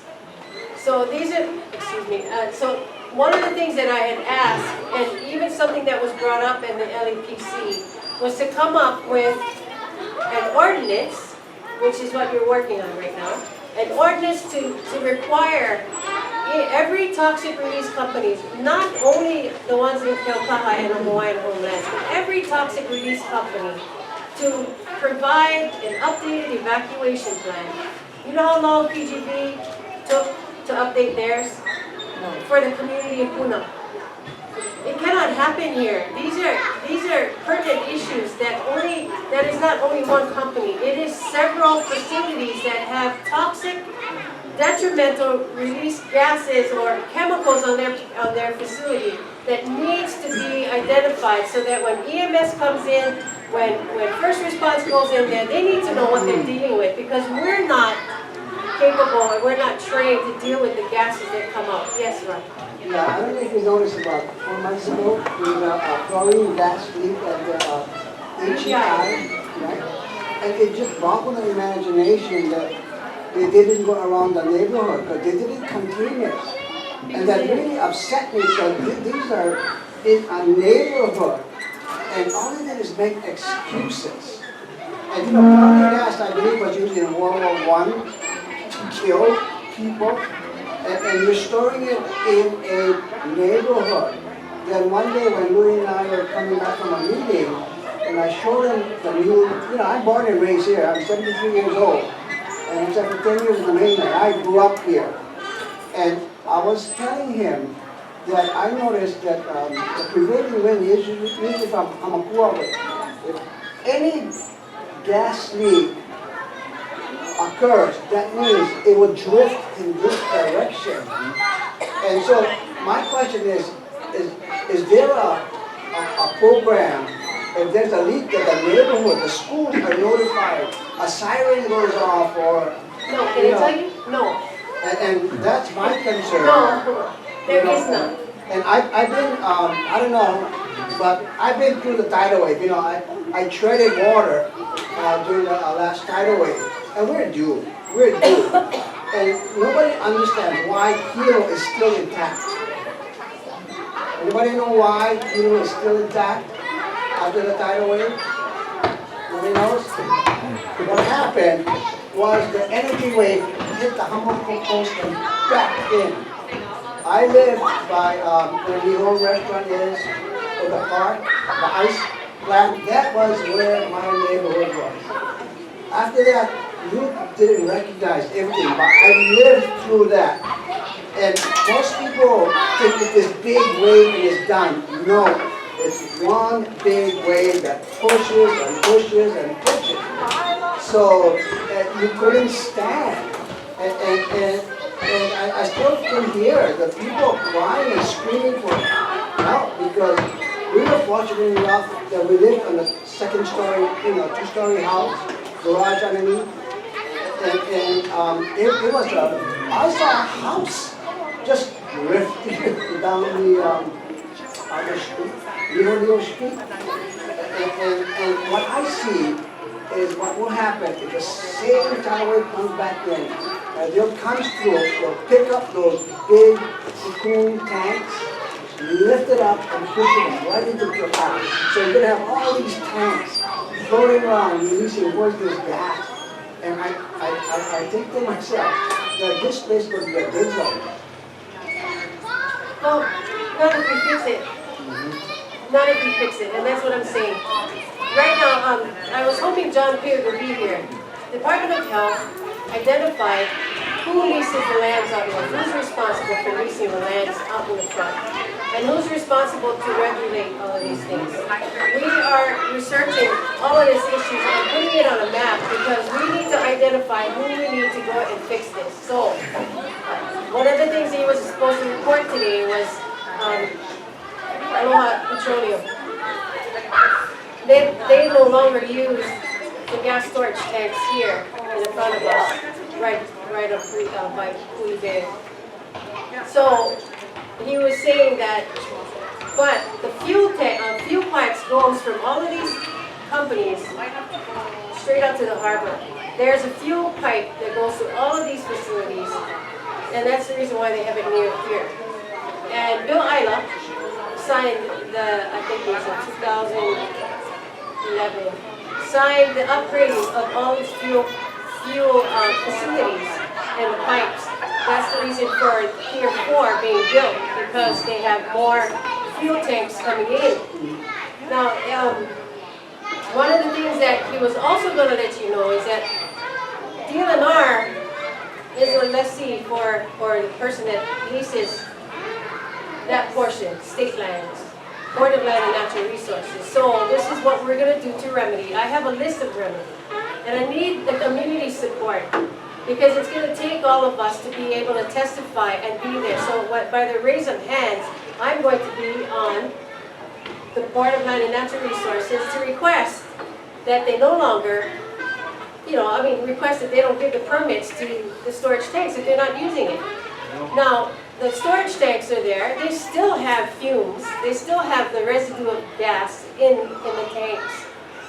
So why don't we as a community ask Board of Land and Natural Resources to take down these storage tanks and allow one of our families here to have, to have it available for, for something better for our community, like a park for Radio Bay or something. You know what I mean? Something that is going to be better for our community. Why have the, and then maybe, so this is what Aloha Petroleum told the Department of Health.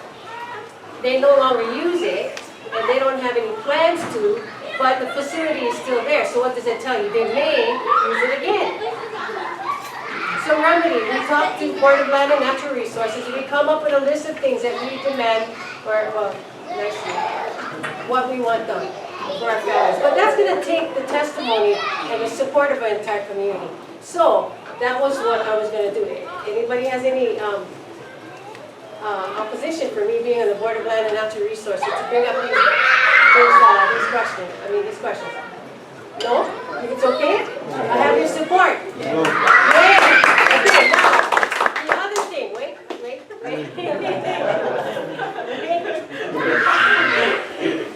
Is to also be on the County Council's agenda, so we can bring up these issues. Now, I know that they've been discussing, County Council has been discussing this waste issue for decades. And we need an update as to how they're going to support a community. Now, I'd like to know, because you would know, and I have the right to ask you, what is the feel of the people on County Council supporting our idea of having all of these things fixed? Really, are they afraid to even address it? Yeah, you and Nelson. Speak. I'll respond. Please speak. She has a little history of this because I was born and raised in Hilo. I was born and raised in Keaukaha. Okay? And went to Keaukaha school. Went away to Kamehameha. Worked in DC, Sacramento, Honolulu. Worked in government. There as a lobbyist. One of the dirtiest words in the world. Lobbyist. I knew how to game the system. Okay? I knew how to game the system. And I still can game the system. Came back home 3 years ago. Guess what? Umara had cancer. 3 times. My father had Parkinson's disease at the age of 48. Lifelong Hilo resident. My brother, who's now 60, found out last week he got Parkinson's disease. Yes, we never leave Keaukaha. Yeah, I will tell you guys why. If you guys from Keaukaha is insulted by this statement, so be it. My grandfather told me, don't you ever leave on the reservation. He said, don't you ever go live on the reservation. You work your ass off, pay your way, don't go to the reservation. Okay, that's what I was born with. 60 Hawaiian, right? We used to get caught. Where we used to go to Keaukaha, on the Keaukaha beach, for swimming. Now you try to do that, we don't cut. You get staph infection. The doctor in Habu told me I went Kailo Bay with a cut, came back with staph infection. He goes, you Hawaiian? I go, yeah. He goes, all you Hawaiians think you can go back to the ocean. This was back in the 80s. Yeah, he told me that. You guys know can go back to the ocean. The ocean polluted already. You guys go back to the ocean, you get more sick. Told me that. So 3 years ago, I decided to come home, retired. And but 4 months ago, ran into this lady. Okay? And I was the political campaign strategist for Linda Lemo in 2002. You never heard about me. I was way under the radar. I ran her campaign in 2002. And I'm proud because I was the first woman to win, first Neighbor Island person to win, first non-native person born to win. We pulled off something. Took a lot of work to figure this game out. Okay? Come home, talk to Sue. Sue's friend asked me, you can help her in the campaign? I never like. I'm lazy, I live Curtis Town. I try not to come to Hilo. I try to stay out there all I can. Okay? Got together, gave her some ideas. This lady worked hard. She won. But I know that it will take her at least 2 years to figure out the game. At least. Maybe 4. So I figured out, I told her, you know what, I can work with you. I try to help you try to do things, to figure things out. You know?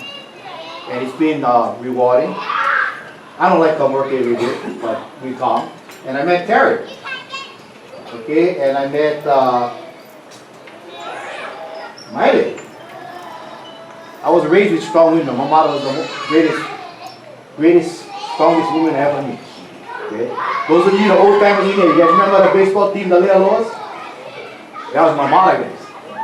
Greatest women's softball team ever in the history of never lose a game for 10 years. They're all from Keaukaha. All those ladies was from Keaukaha. I think there's only one left. Mrs. Kelly Bew, I think, is the only one left on that team. Legends in their own way. When I met Miley, she talked about the compost, and I heard her talk. I met Terry, I saw her passion, I heard her talk. And I was upfront with them. I told them straight out. Okay? Because this is the lesson I learned working all my life. The road is run by those who show up. Remember that. Basic principle of political strategy. The world is run by those who show up. You don't show up, you get nothing in our system.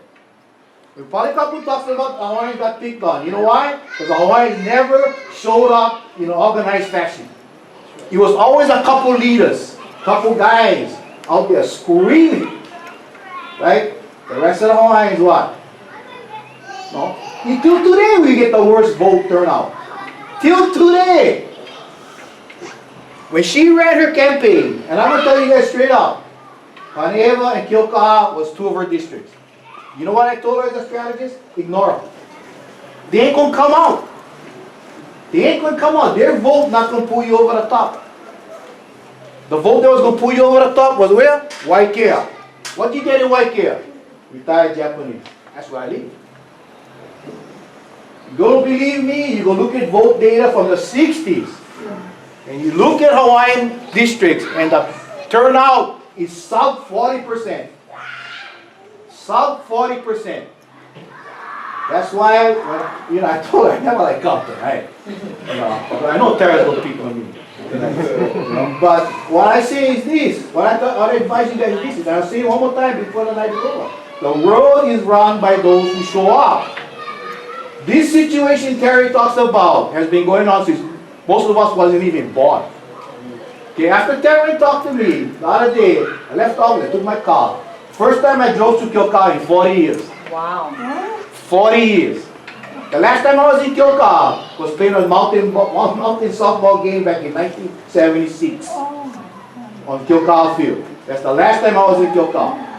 I couldn't find K.A.N. I was looking for the old K.A.N. Hall. I actually went parking in this parking lot and Google K.A.N. Hall. And the damn thing told me you right in the parking lot. Okay? What I say, we all knew the problem. I went drive to see what Terry was talking about, the crash zone, how close the fuel tank was to the house. I was driving. I think people thought I was part of the truck rip-off gang. But everybody's giving me the sticker. And I drove up and down, I looked, I said, okay, you know, everybody knew the sewer plant was a dog when the thing came out in the 60s. Everybody knew what was going on. What I told Terry, and I'll tell you guys right now, the first thing I told Terry, my answer is not the perfect answer. I said, Terry, you got to get the data. You got to get the data because they're not going to believe you if you don't have the data. Okay? Nobody in Washington, D.C. will ever open that door unless you get the data. So she tells me about cancer clusters, everything the study goes on. She asked Sue to try to bring that air monitor from Kauai that they're not using. Are you guys surprised that nobody from the Department of Health of the state is in here? You guys surprised about that? You know why? Because they don't want to face it. Who's in charge of all these? The State Department of Health. Okay? It's not the county. I mean, I don't give this guy a good whipping tonight, right? But the reality is, it's not the county. I told her, I told Terry, I told Mike, the county can only do so much. Okay, what we can do is help gather data. And that's what we're going to do.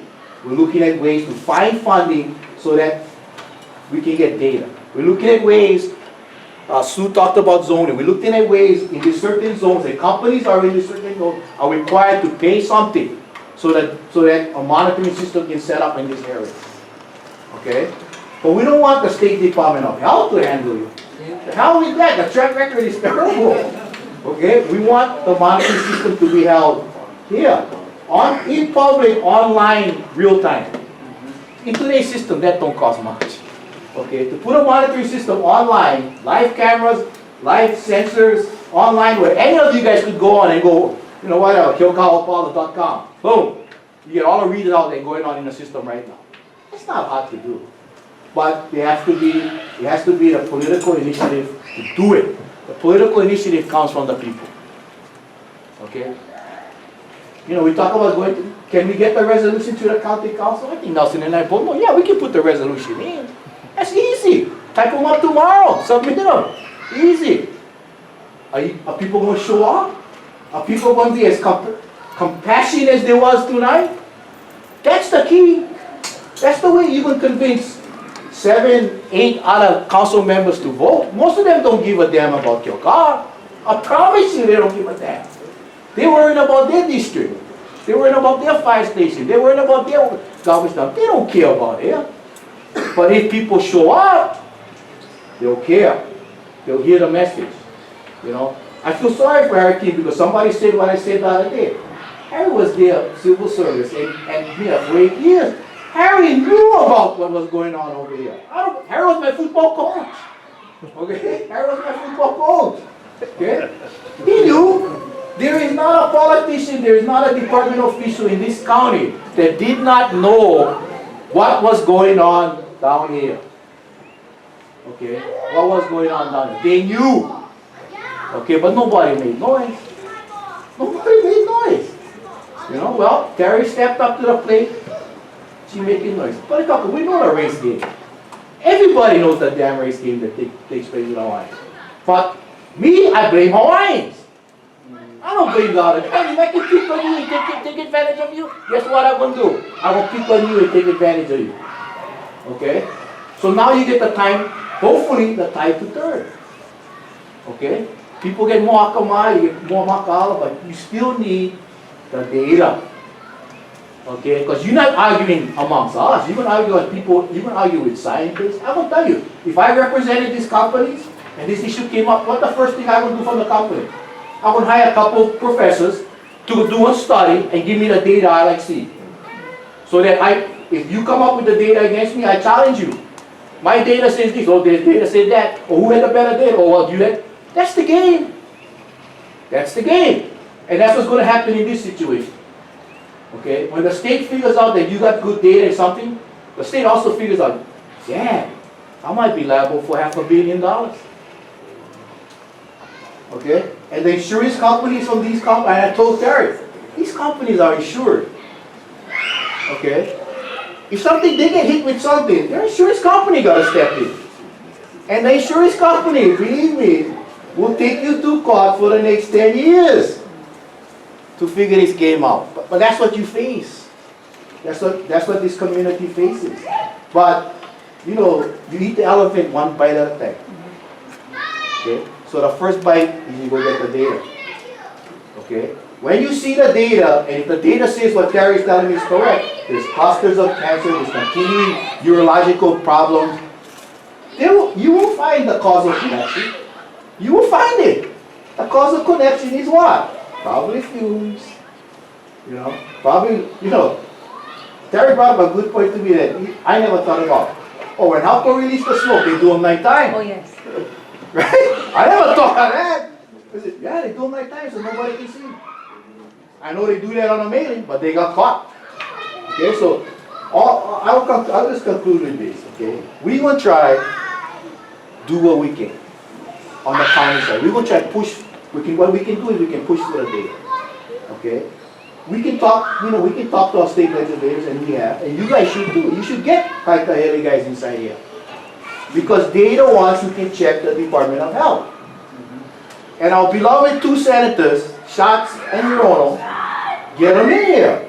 Because they the two that can talk to EPA. Okay?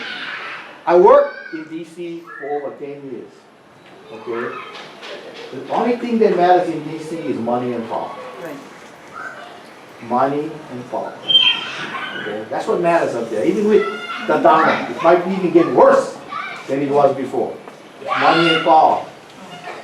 The guys who are working for you up there, the two guys, they can talk to the EPA. They'll carry weight. They'll carry weight with the EPA. The people who can talk to the Department of Health is your senators and your representatives. And if they don't respond, then you know where you are on their priority list. You ain't there. Keep showing up and only 300 people vote Keaukaha. When I looked at the data, I told her, no waste your time in Keaukaha.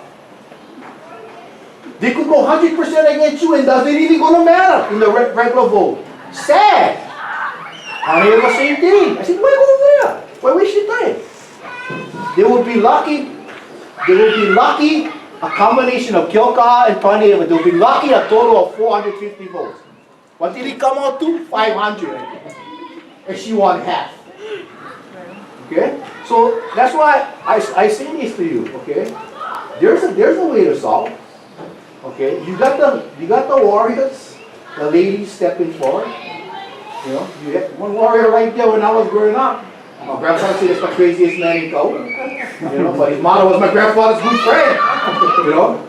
And you got the ability, okay? As this ball rolls, and it's gonna roll, you guys will get start picking up data. You're gonna start learning. Maybe you guys will come back from the composting already.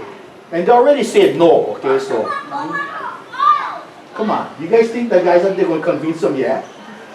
Unless Uncle starts buying you'll see him drive a new 4x4. You know, okay? But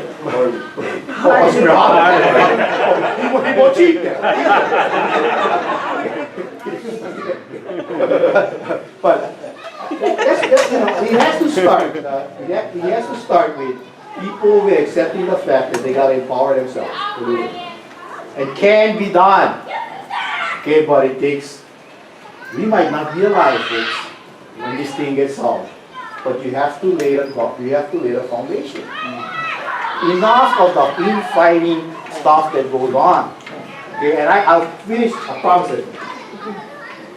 When they talk to me, when Miley talked to me, and Terry talked to me, and Sue talked to me, I said that one of the biggest advocates that you can have, and you guys might laugh at this, is OHA. OHA has the resources. Okay, they get $200, $300, $400 million. Okay, they have the resources to respond to these kind of issues.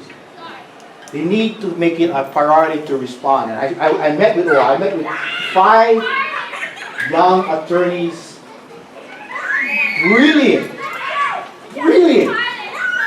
young attorneys, all local, except one Howley girl, who was probably the most brilliant of the bunch, but who asked the best question. Well, I told them, and I told all the people that I met, You guys need to step into these fights and become the legal resource, the data resource. You guys can do it. Okay, you guys can do it. You guys, and I said, this idea of, and Mr. Kachowski could tell you this, he not say this, he's a liar.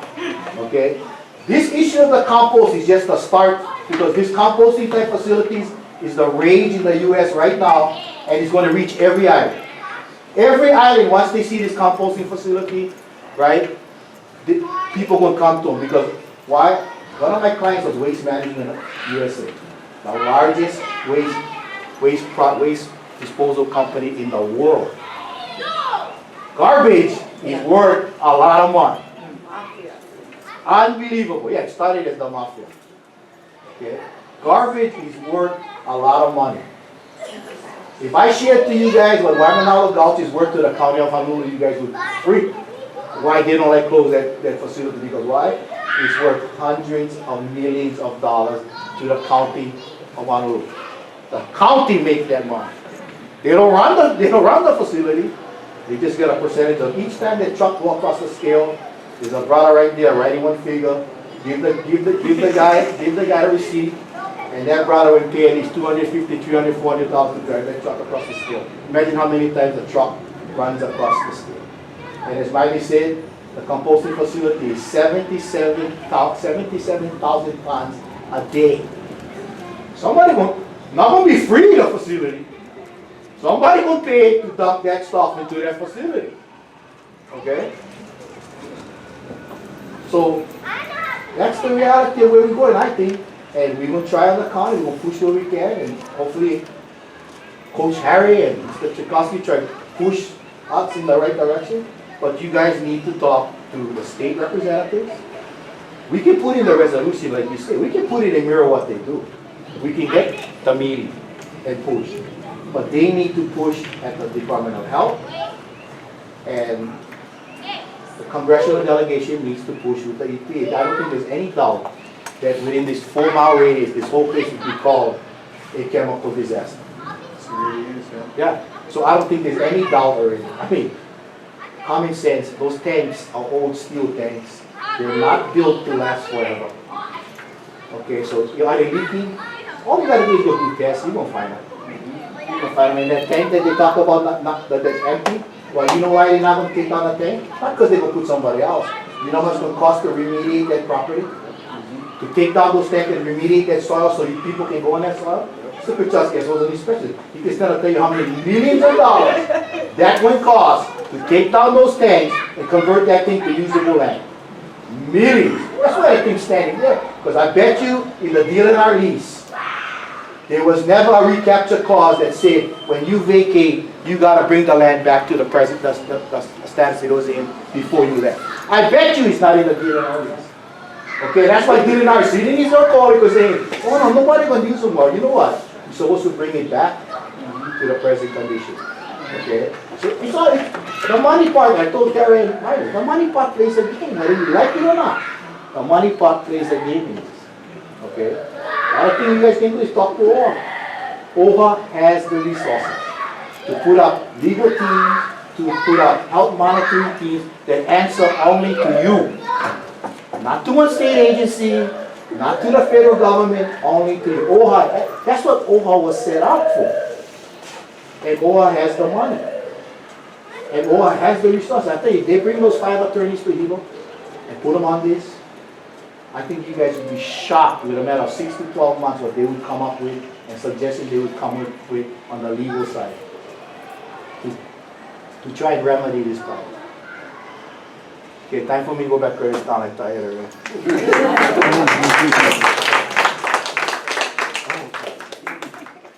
Okay, does anybody have any more questions to ask? You know, I really appreciate you. You know, you came into Keaukaha and did give us some time. I really, you know, and did you have anything to say, Diane? I really appreciate it. Nelson, do you have anything to say? Yeah, just shortly. I think the time is now.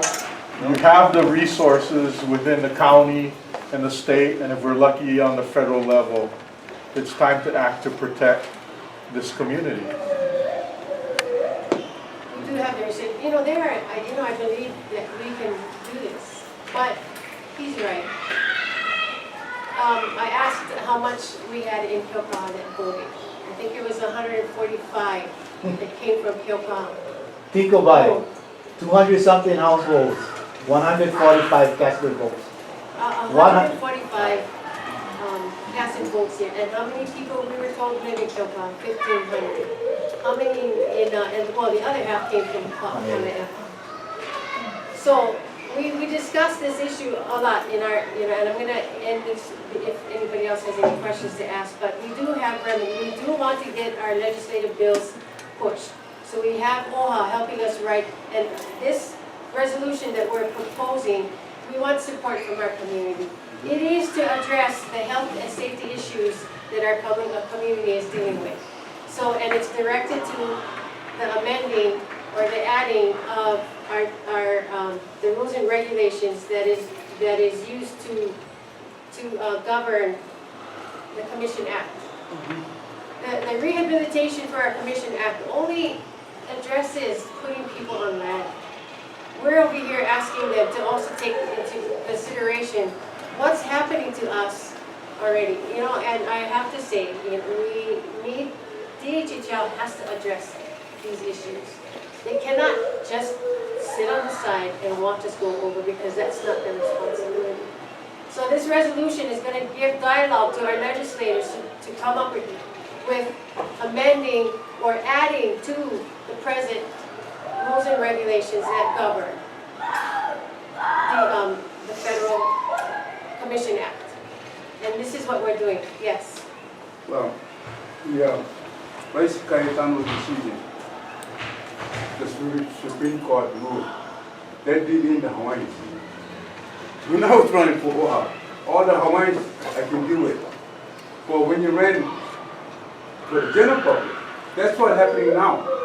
Anyone run for the Department of Hawaiian Homes have to get the vote. And okay, if all the Hawaiians vote for you, you still gonna lose. Because it's what, 500,000 and you get 100,000 Hawaiians? So that decision is something that took away from the Hawaiian people the right to prove and to vote for their leaders. That took away our right. We have the general public now vote for the trustees. We're not doing it Hawaiians. And so the Department of Hawaiian Homes is under the umbrella of the governor. The governor. He chooses the commission. Or our commission. Yeah. Our suggestion. A question, when does the federal regulations kick in when you gotta have a federal guideline to be 50%, so you got a Department of Interior definition of who you are as a beneficiary. So what happens when you start using beneficiary lands and just go with state policies? So when does the feds kick in saying, using federal money, we got our own rules, how come you're not complying with federal rules and just state rules when this is federal people, DOI? Okay, so there's a lot of us that need to go, but we're going to be on the agenda of DLNR, also the agenda of County Council, also on the agenda of DHHL, Hawaiian Homes. And we need our Hawaiian community to come and support us with this. Whatever which way we try, we're trying, and we need to get you here tonight is important. Yes. Terry, I found out in May, they'll be in Waimea. Waimea, so I think This it month takes they're 2 in weeks. Kapolei, next month I think they're in Molokai. So Waimea. Waimea will be easy. So, because we're going to go after other issues. Okay. Anything else? Yes. No, but I do want to say mahalo to Mr. Kutarski. He really has been fantastic at having a very good board. I've known Diane a long time too, so this is a great team. And I had an opportunity to sit down with Terry and Mr. Kutarski, and he really was able to kind of offer a lot of data. So again, thank you. I can't be everywhere, so my man Jared over here, he might show up a little more than I do. Be kind to him. you'll, and whatever you guys share, and I'm not sure he'll bring it back for But you know, us. Yeah. I really appreciate your coming. We cannot get things solved if you don't come and participate with our community. Likewise, with our community. You need to be able to come to the table. I've always pitched this. We need to come to the table together so that we can come up with resolution for everybody. And you know what? It may take 10 years to get these things fixed, but it's being done. And then it's protecting our new generation. It's not about us anymore. It's about our children's children, children's children. And whatever we can take. So even if it is said they need to go and bring down these storage tanks, we'll find a way for them to go and make sure that they can clean it up. Like they will clean up. Like they will clean up in eBay. Okay, so anybody else? Jim Albertini, probably there's some more questions. I just wanted to say that, going to the legislature and giving testimony, like you say, you have to do. It's even better when you have the county at least acknowledging your presence there with that. That's why it's important that you need local government support, so that when you go testify, it's not just me. Right.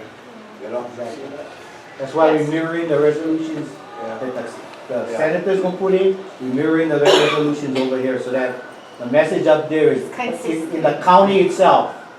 This is an issue for the county, not just probably a couple testifying out of Kau and somebody. They're gonna know that there's a resolution that passed on the county level. It says exactly what the resolution they're hearing in the state level is.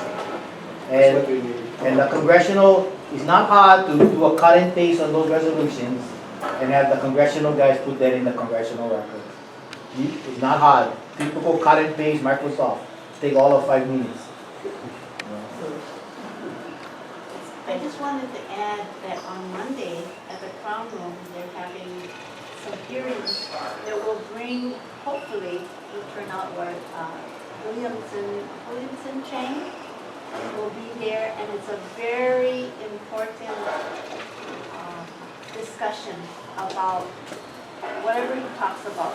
I'm sure he's going to bring out a lot of issues that relate to Hawaiian-ness and what's happened. So, When was that? at the Crown Room, Naniloa Hotel. When? This is on Monday at what time? 9 o'clock. And it's a full day thing. I know if you come, you'll learn so much. And it regards the TMT, but there's a lot. So you'll learn a lot. So thank you for that. Thank you very much. We are having sign waving, Keaukaha and Panaewa, next week, Thursday, Friday, Saturday. Thursday, Friday at 4 o'clock in the afternoon, and on Panaewa. And then on Saturday, we have sign waving at 9 o'clock in the morning on Panaewa in front of Walgreens. I was told that when you're holding a sign, it's too late. But if you have to think about it this way. I am happy when they brought it up in the newspaper, Tom, that Keaukaha and Panaewa was actually standing up to oppose issues that are hindering or imposing some impacts on their lives. So whatever issues that we can get into, like having you attend, having Hawaiian Homes attend, having you county attend, having our newspaper over here, is important because it shows that we're interested in making changes. So waving signs is to let everybody know that we all care, and to also know that we're doing legislation, so that we can fix things that are available to be fixed now. But the bigger picture is so they can treat us a lot better. And like you said, nobody cares about us, right? I mean, reality, nobody cares about Keaukaha. So you know what? What does that mean, Keaukaha and Panaewa? If nobody else out there and the regulators care about us, then we have to stand up and actually do whatever it takes for us to make changes. And we're going to work on that. Hopefully. Anybody else? We have lots of food outside. You cannot leave without eating because we're not taking this home. and I appreciate it. I appreciate you all coming, and join our Hawaiian Community Health Task Force, because that's where I post all our information. There was something that was brought up about our landfill, and that DOH is the one that's taking responsibility for the extension of them running, am I correct? The Department of Health, with the continuing permits for them to be running our landfill. Yes, I'm correct. Right, so, and they have only a short period of time. You're saying within the year. It should be slowly. Okay. All right. Anybody else?